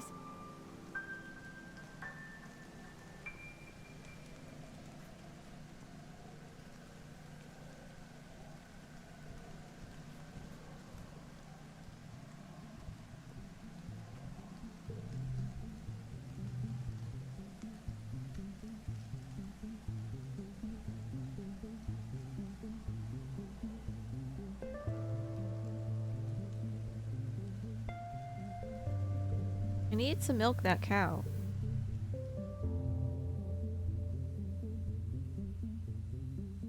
Alright, let's go back to school. Bringing supplies to the med bay when you see something unusual. Tangent curled up on the bench, her head pillowed on a rolled up lab coat. Fast asleep. Stop and stare. Never see Tang sleeping. She's always so busy. Surprised she even has time to nap. Turn to leave her in peace when you bump into an enemy. Whoa! Anemone says. She hardly ever sleeps. Like, just a couple hours a night. Is she sick or something? You look back at Tangent, snoozing peacefully. I'm so jealous of her genetic enhancement. Anemone says, rubbing at one of the scales sprouting on her jawline. She hardly needs to sleep at all. She has probably stayed up all night studying for this morning's history test. Shh, let her sleep. His hollow palm beeps a soft alarm. She sits up and stretches, looking totally refreshed and alert. She sees you watching her and looks annoyed. Just a power nap, she says. No reason to gawk. Add quote, I need to milk that cow. Oh gee, Topaz is winning, let's go.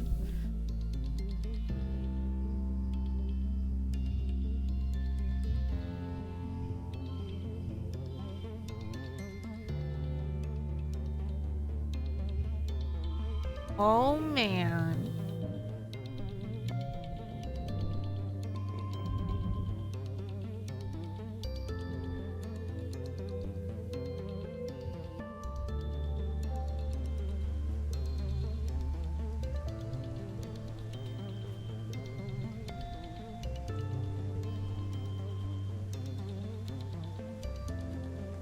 like they have nothing new to say. Still gotta make that cow, but I don't have the stats for it, so... New training?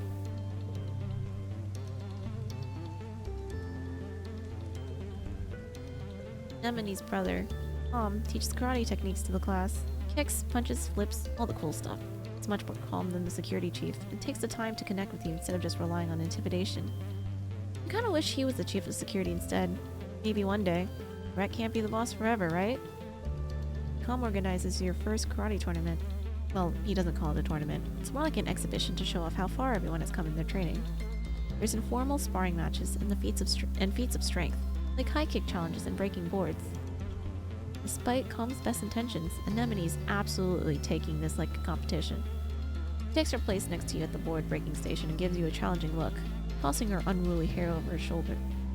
Is it on? Oh, it's on! You break boards until your hands are red and sore, but it's no competition. Anemone chews through these boards like they're made of soy bars. She's encouraging though. You're getting good. You just gotta have to focus your power through your body more. Like it's not just your hand doing the work, She says, slapping you on the back. How are your hands not even sore? Well, it was close though. Wasn't really. But it's nice she said so.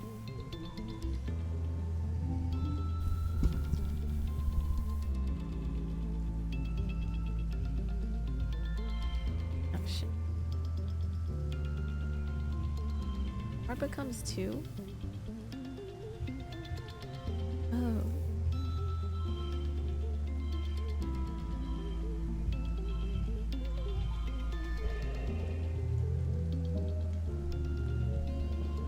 Cool.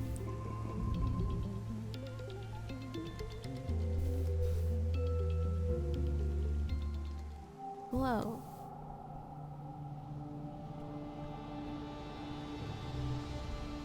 Anemone holds her palms up. Oh wait, no. You saw this?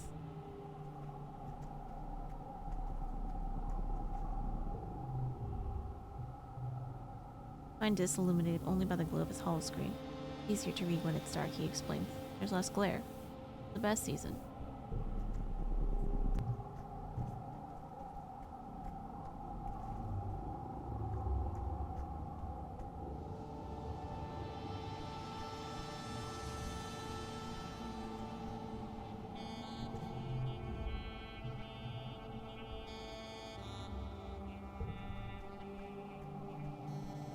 What if I try to go outside? Hey, what are you doing? Dis says, spotting you trying to take the grate off the drain pipe that leads outside the walls. Don't be a nullhead. Haven't you seen the extra lookouts on the walls? They'll spot you for sure, and then they'll find their secret exit, and it'll be gone for good. You suppose he's right. They have been patrolling a lot during Glow. Don't want to be caught. Alright, let's go to school then. Study engineering. It's field trip day. You and your class visit the engine room to study how the ship works and how it continues to power everything in the colony. Kirby's trying to build his DHL for a bit. Oh, Danhung IL. A bit for imaginary damage. You spent 2,400 energy and got 0 good relics. Oh no. Do you have the things that like build custom relics at least you can use? Congruence joins you. If you want to know anything about how the ship works, she's your woman. Well, not woman exactly, but, well, she's just very smart. Hello and welcome, children, Congruence chirps. You're standing in the beating heart of the colony, our ship's nuclear reactors. Don't worry, you're safely shielded from any radiation. My sensors are very sensitive. The power contained in these reactors is enough to sustain the colony for the next 20 years, Congruence explains. This should be more than enough time for us to develop an eco-friendly power source, such as wind, water, or solar power. Pay attention. Pay close attention to Congruence as she explains how the Stratospheric was salvaged by the Vertamna group, fitted with an AI, Congruence herself, to guide you through the wormhole. The Stratospheric was originally built as a vanity project of one of the very richest people on Earth, she explains, but it was never launched and eventually donated to a museum. The Vertamna group pulled the resources to acquire the ship. Funding the retrofit as a colony vessel required contributions from many people, most of whom could not join us for the journey. They are honored by the cryopreserved embryos we carried with us to the stars. What about the genetic and nanoprinters? Genet tech and nanoprinters. You point out there's a lot of technology aboard the Stratospheric for a plucky little spacefaring colony. Where did it all come from anyway? Congruence just smiles. That technology was acquired for the betterment of humanity. Do not concern yourself with the specifics. That's suspicious. What happens if you break down?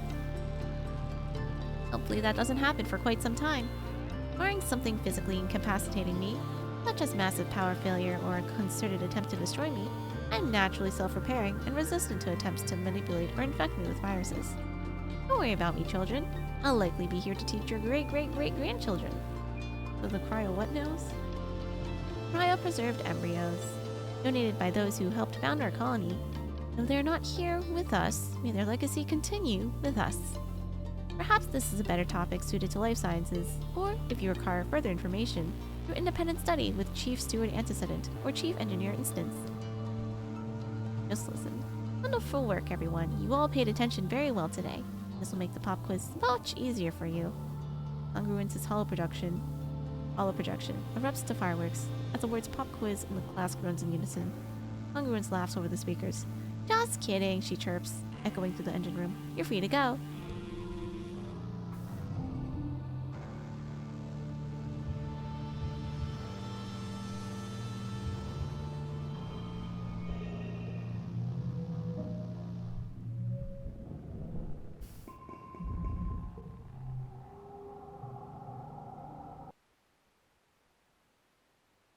No, you have one on Battle Pass still waiting, but you will use those for Acheron. Fuller power. Battle Pass has given up on Danheng too. You're just farming Acheron. Just use the resin mold for Acheron. You want to change the scenery. You've been using Plague your whole life. Do you actively keep up with Honkai? When I feel you. I have 2 DPS teams. Play daily. Wow. Farming those shades. And a quiet glow, but the grim, surreal darkness of the season reminds you of last year's violence. As the months wear on, you overhear arguments at dinner. Those swearing that an attack is still coming. Others who think the first one was a fluke. Surveyors mention seeing new tracks in the forest but are shushed so people don't panic. Gates are closed. You drill emergency procedures.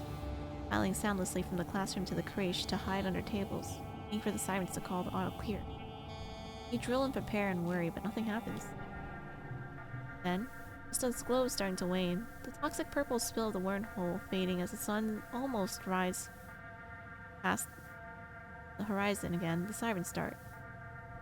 Reading a hollow novel in bed when you hear them, followed by the stomp of boots down the hallway outside your quarters. An alert flashes on your hollow palm. Shelter in the creche. This is not a drill. Yet another message from your dad.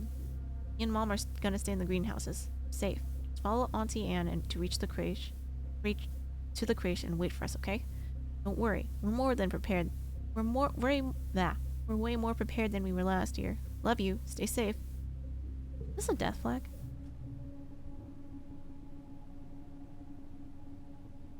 You could go to the creche where you belong.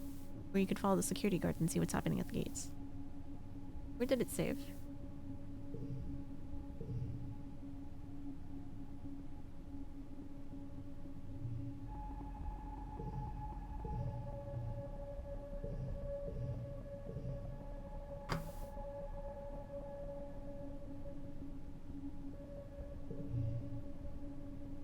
Head for the gates.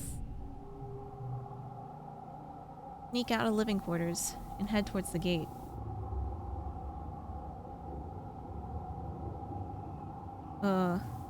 You are immediately spotted by Security Chief Rhett, who stops what he's doing to yell at you and gesture angrily. What the hell are you doing out here? There's no place for you kids. Get your ass back inside. Try to help. I just want to see.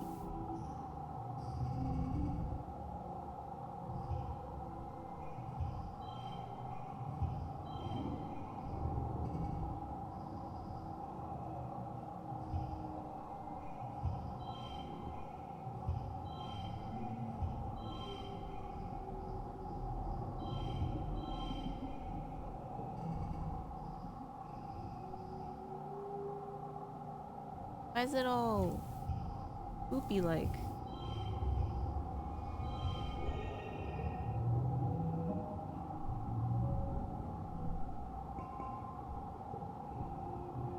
You stick around the gate outside the skirmish at the gates, throwing rocks. You only get any creature that gets too close. You're not sure if you made a difference, but the good news is at least you're not injured. When the dust clears, Red spots you hiding in the shadows and personally escorts you back to your quarters, where your mom and dad penalize you for disobeying them. When things have calmed down, you overhear your parents talking. Not gonna be the first to congratulate Red, but all those defensive improvements were exactly what we needed. Your mom. Oh, he's gonna suffer at the next council meeting.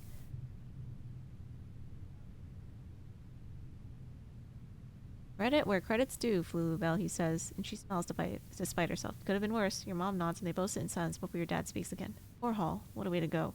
Poor Hall?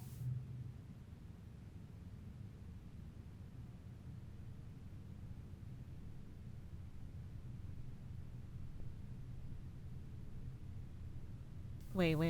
I want to see.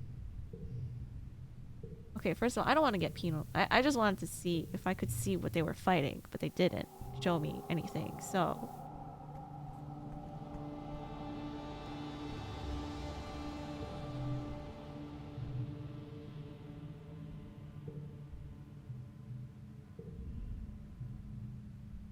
Okay, we gotta do this again.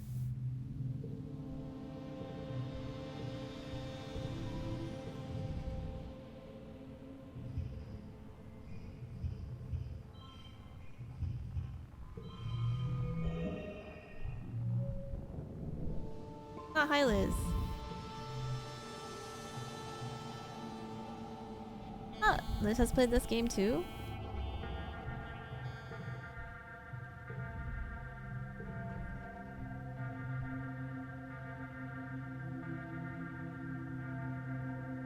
From a past life? Oh, I can reload and save them? Oh, I never tried this before. Kirby lost his 50-50 for Kafka. Wait, I need to hold on, catch up. Topaz says I still don't have an ice or proper imaginary DPS yet. Dingleo for ice though, Topaz? DHIL is underbuilt. Got the defense boots. Trying to fight. Topaz can slap Silver Wolf on it, comes the non-issue. True. Rachel ain't trying to lose. Why are Liz and Jeremy fighting? And yes, you should. Well, do you have Runmei? Because I think she's better than Hanya, right? If Topaz gets lucky and gets Sparkle, maybe they'll start to build Danhung IO. Game of Thrones and my Exocolonist debating if Jeremy's debating if he wants Acheron. Sparkle. To be honest, I've been putting my seal relics on him because of that. Or defense. Jeremy Salmon. I decided to try 50-50 but save if I lose. Jeremy's guaranteed roll. Topaz will get another chance at the race's Sparkle another time. If Jeremy gets Sparkle, then his Acheron is 50-50. See the synergies. See the team synergies. Logically, Acheron's the right decision for you, IMO. Why not? Why are you paying money, Jeremy, on Honkai? Kimochi says, I couldn't tell if this is an intentional feature to encourage save scum or if it's a consequent roguelike aspect. I don't know, but I want to try it. Jeremy needs to use every character, you know? I have Runmei. So you should just build Runmei. Save for Firefly. Maybe one day. Opium. But yeah, if you have Runmei and Hanya, just prioritize building Runmei first.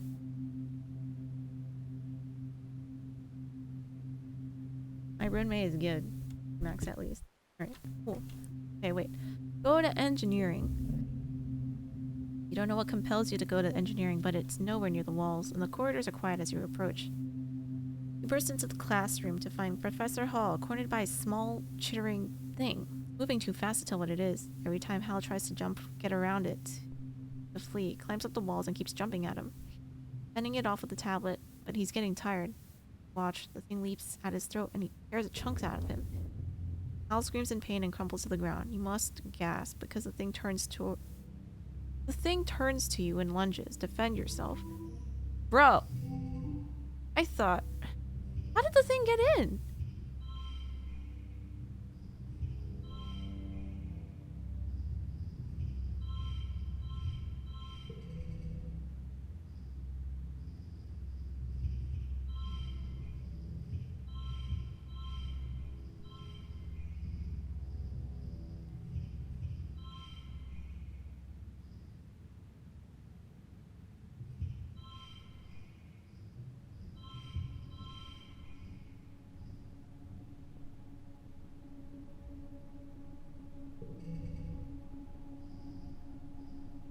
Hard becomes physical.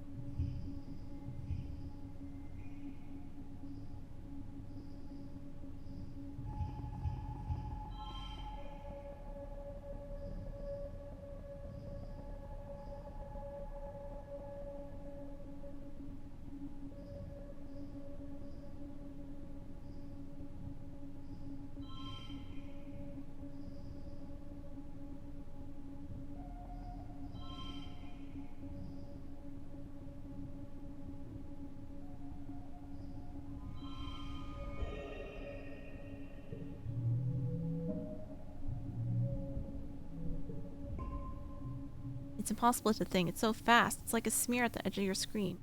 Of your vision. What you do manage to do is lure it outside the classroom and get congruence to slam the door shut. You hear it beating against the door as you run to Hal's side. Congruence guides you. Had to hold pressure to Hal's throat to stop the bleeding, but stars, there's blood everywhere. Eventually the door is open. Chief Engineer Instance runs in, directing some of the security team to load Hall into a stretcher and take him to the medbay. No sign of the creature. She surveys the carnage. Good work, Solana, she says grimly. Might have just saved Hall's life. Shoulders droop. Crawled over the walls. Curse. Return to your quarters. Your parents are horrified to see you covered in blood, but are relieved when you say it's not yours. But are then horrified all over again when you tell them about Professor Hall. Your dad checks his hollow palm and tells you they got him to a medbed quickly enough that his injury should heal in a few weeks. Saved Professor Hall's life. Thank God.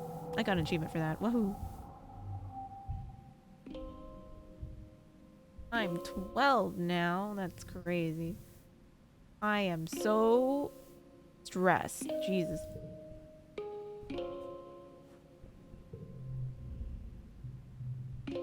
Wow. No credit for fighting the thing? Takes a while to find this, but when you do, you almost wish you had it. He's standing over the bloated body of a dead Hawkeye, nudging it with a stick. He sees you, his eyes go wide. I didn't do it. It was like this when I found it. Really.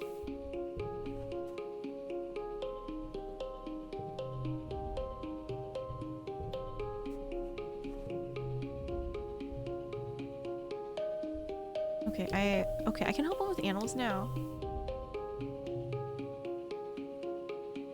Sound of hammering rings through the garden, and you find Cal helping your mom build a row of raised garden beds. Turns out some of the Earth's plants don't grow so great here, so we're gonna see if this helps, he says, taking a break to rub his face. Mom stifles a laugh at the smear of dirt he leaves across his cheeks. My mom says we gotta hurry through the nitrogen levels soon. But we gotta worry about the nitrogen levels soon, he continues, but then hopefully we'll be eating just plants that grow here before then. Lost. Just wish I rolled for like code soon.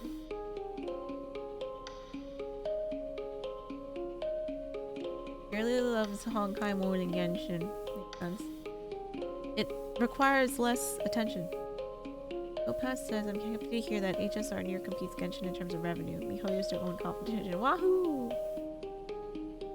I wish I had C6 Benny though in Genshin. I want to do Pyro Xiao. You don't want a C6 Bennett though. You want to stay on C5.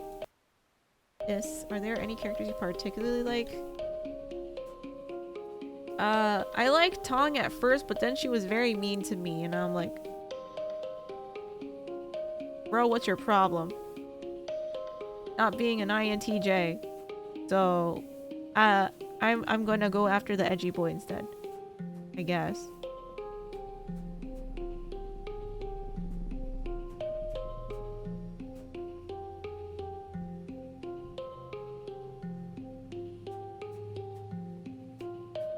I've been trying to be nice, and all I get is rudeness.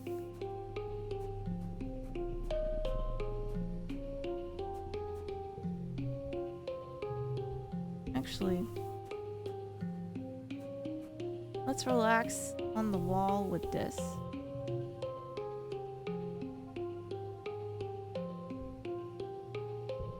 Wait, why can't I just sit on the wall?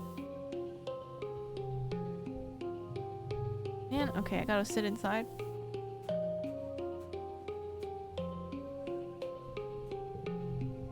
The theory crafters have turned around on C6, Benny.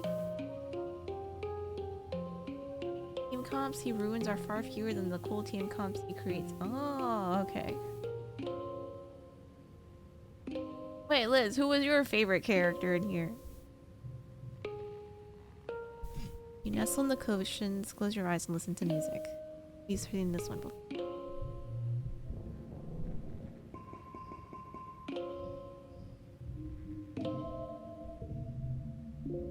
Having weird dreams as usual. They seem to get worse around glow. You wake from a dream that has tears drying on your face, so you can't remember why. That you were terrified. Whatever it was, it felt real enough that for a moment you can just lie in your bed, your eyes closed, and try to calm your breathing. Clearly rub your eyes and... Surprise! Oh, it's your birthday. Dad leaps onto your bed and gives you a big cuddle. Happy birthday, little tomato head. 12 years old. Wow, can you believe it? No, your mom answers for you, laughing as she hands you your presents. It was just yesterday Antecedent was showing me how to change your diaper. Because it's your birthday, your parents have brought in food from the canteen so you can all eat together in your bed. As you stuff your face with savory tofu chunks, you open your presents. Which one's your favorite? Photon? Photon? Best friend? Who's my best friend? A stuffed xenofauna from your dad. Well, doesn't any stab us. But also, I don't know what color this is for.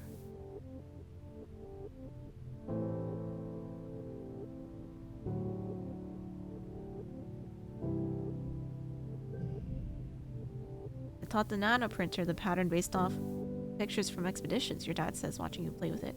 They call it a spectroraptor, he continues. See? Like it's wearing glasses on top of its 5 eyes.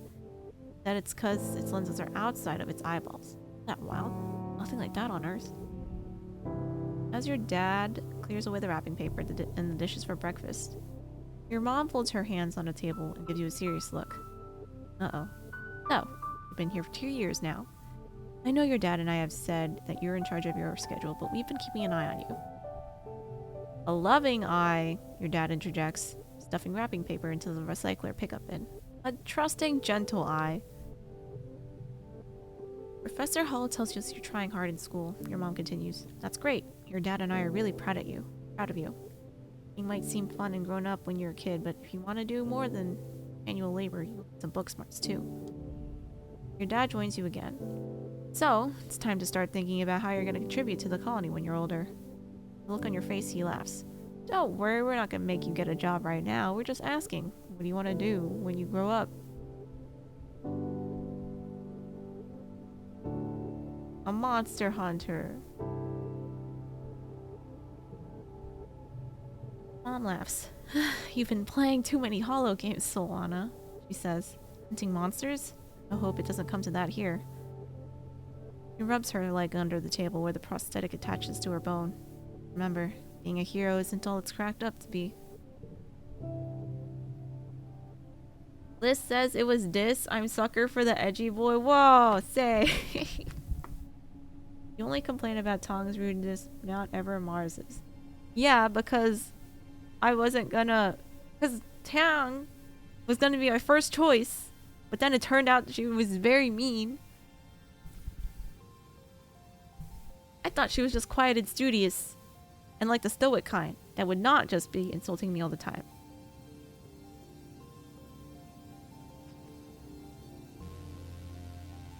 Pyro Razor sounds cool. Lopez says Javelin. Yeah, I heard some of the pretty cool Series 6 Bennett team.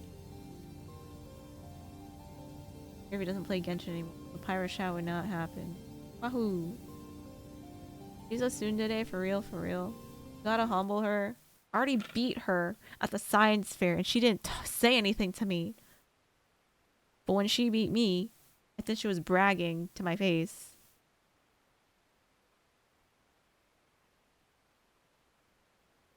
Anyway, I still am always nice to Tang. Well, your mom starts to get up. I'm sure your friends all want to wish you a happy birthday. She stops and snaps her fingers. Oh, you might not have considered a career as a depot clerk, but Al and Bernie mentioned their daughter Mars is working there. And she needs some help. Now that people can freely order luxuries, it's pretty busy over there.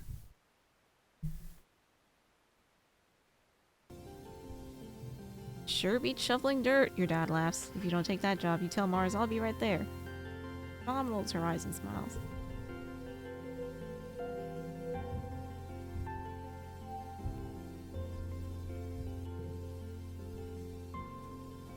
I look taller.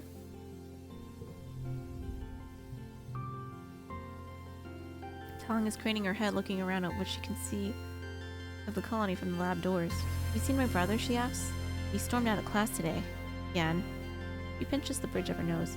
All I did was point out that he consistently makes the same mathematical error and offer a pneumatic to aid to his memory in the future. I don't see how I'm the monster here.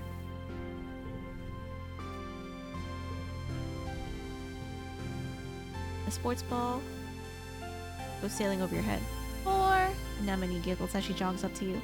That's what they usually say on Earth when a ball would go into the crown. I like it.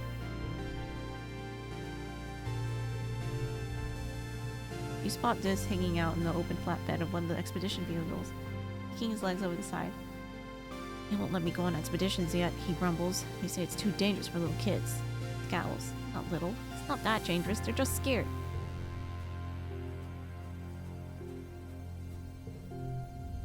Cal's sitting on the garden fence, his feet tucked into the slats, tapping away at his hollow screen. Way more interesting when you can actually see how it matters, he says.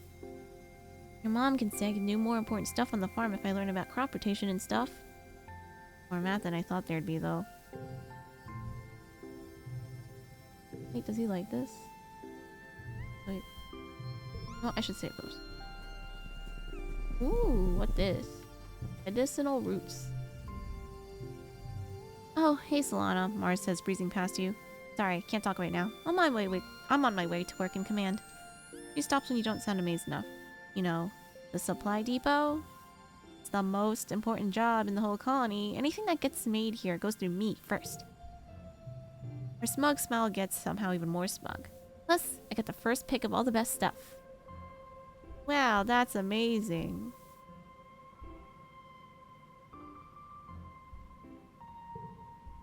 You lay it on real thick that she's so cool and how everything she does is so great and she's the most important person here and that you're gonna start a fan club in her honor. She just laughs. Nice try, Solana, but thanks for the compliments.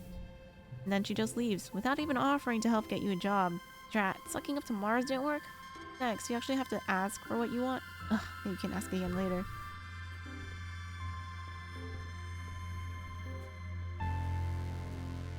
They called her mature, they clearly meant it in a way that kids try to act like an adult. Being mean is not mature.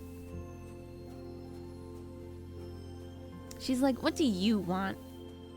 And called me a degenerate mental degenerate or something. Like, who does that? SMH my head.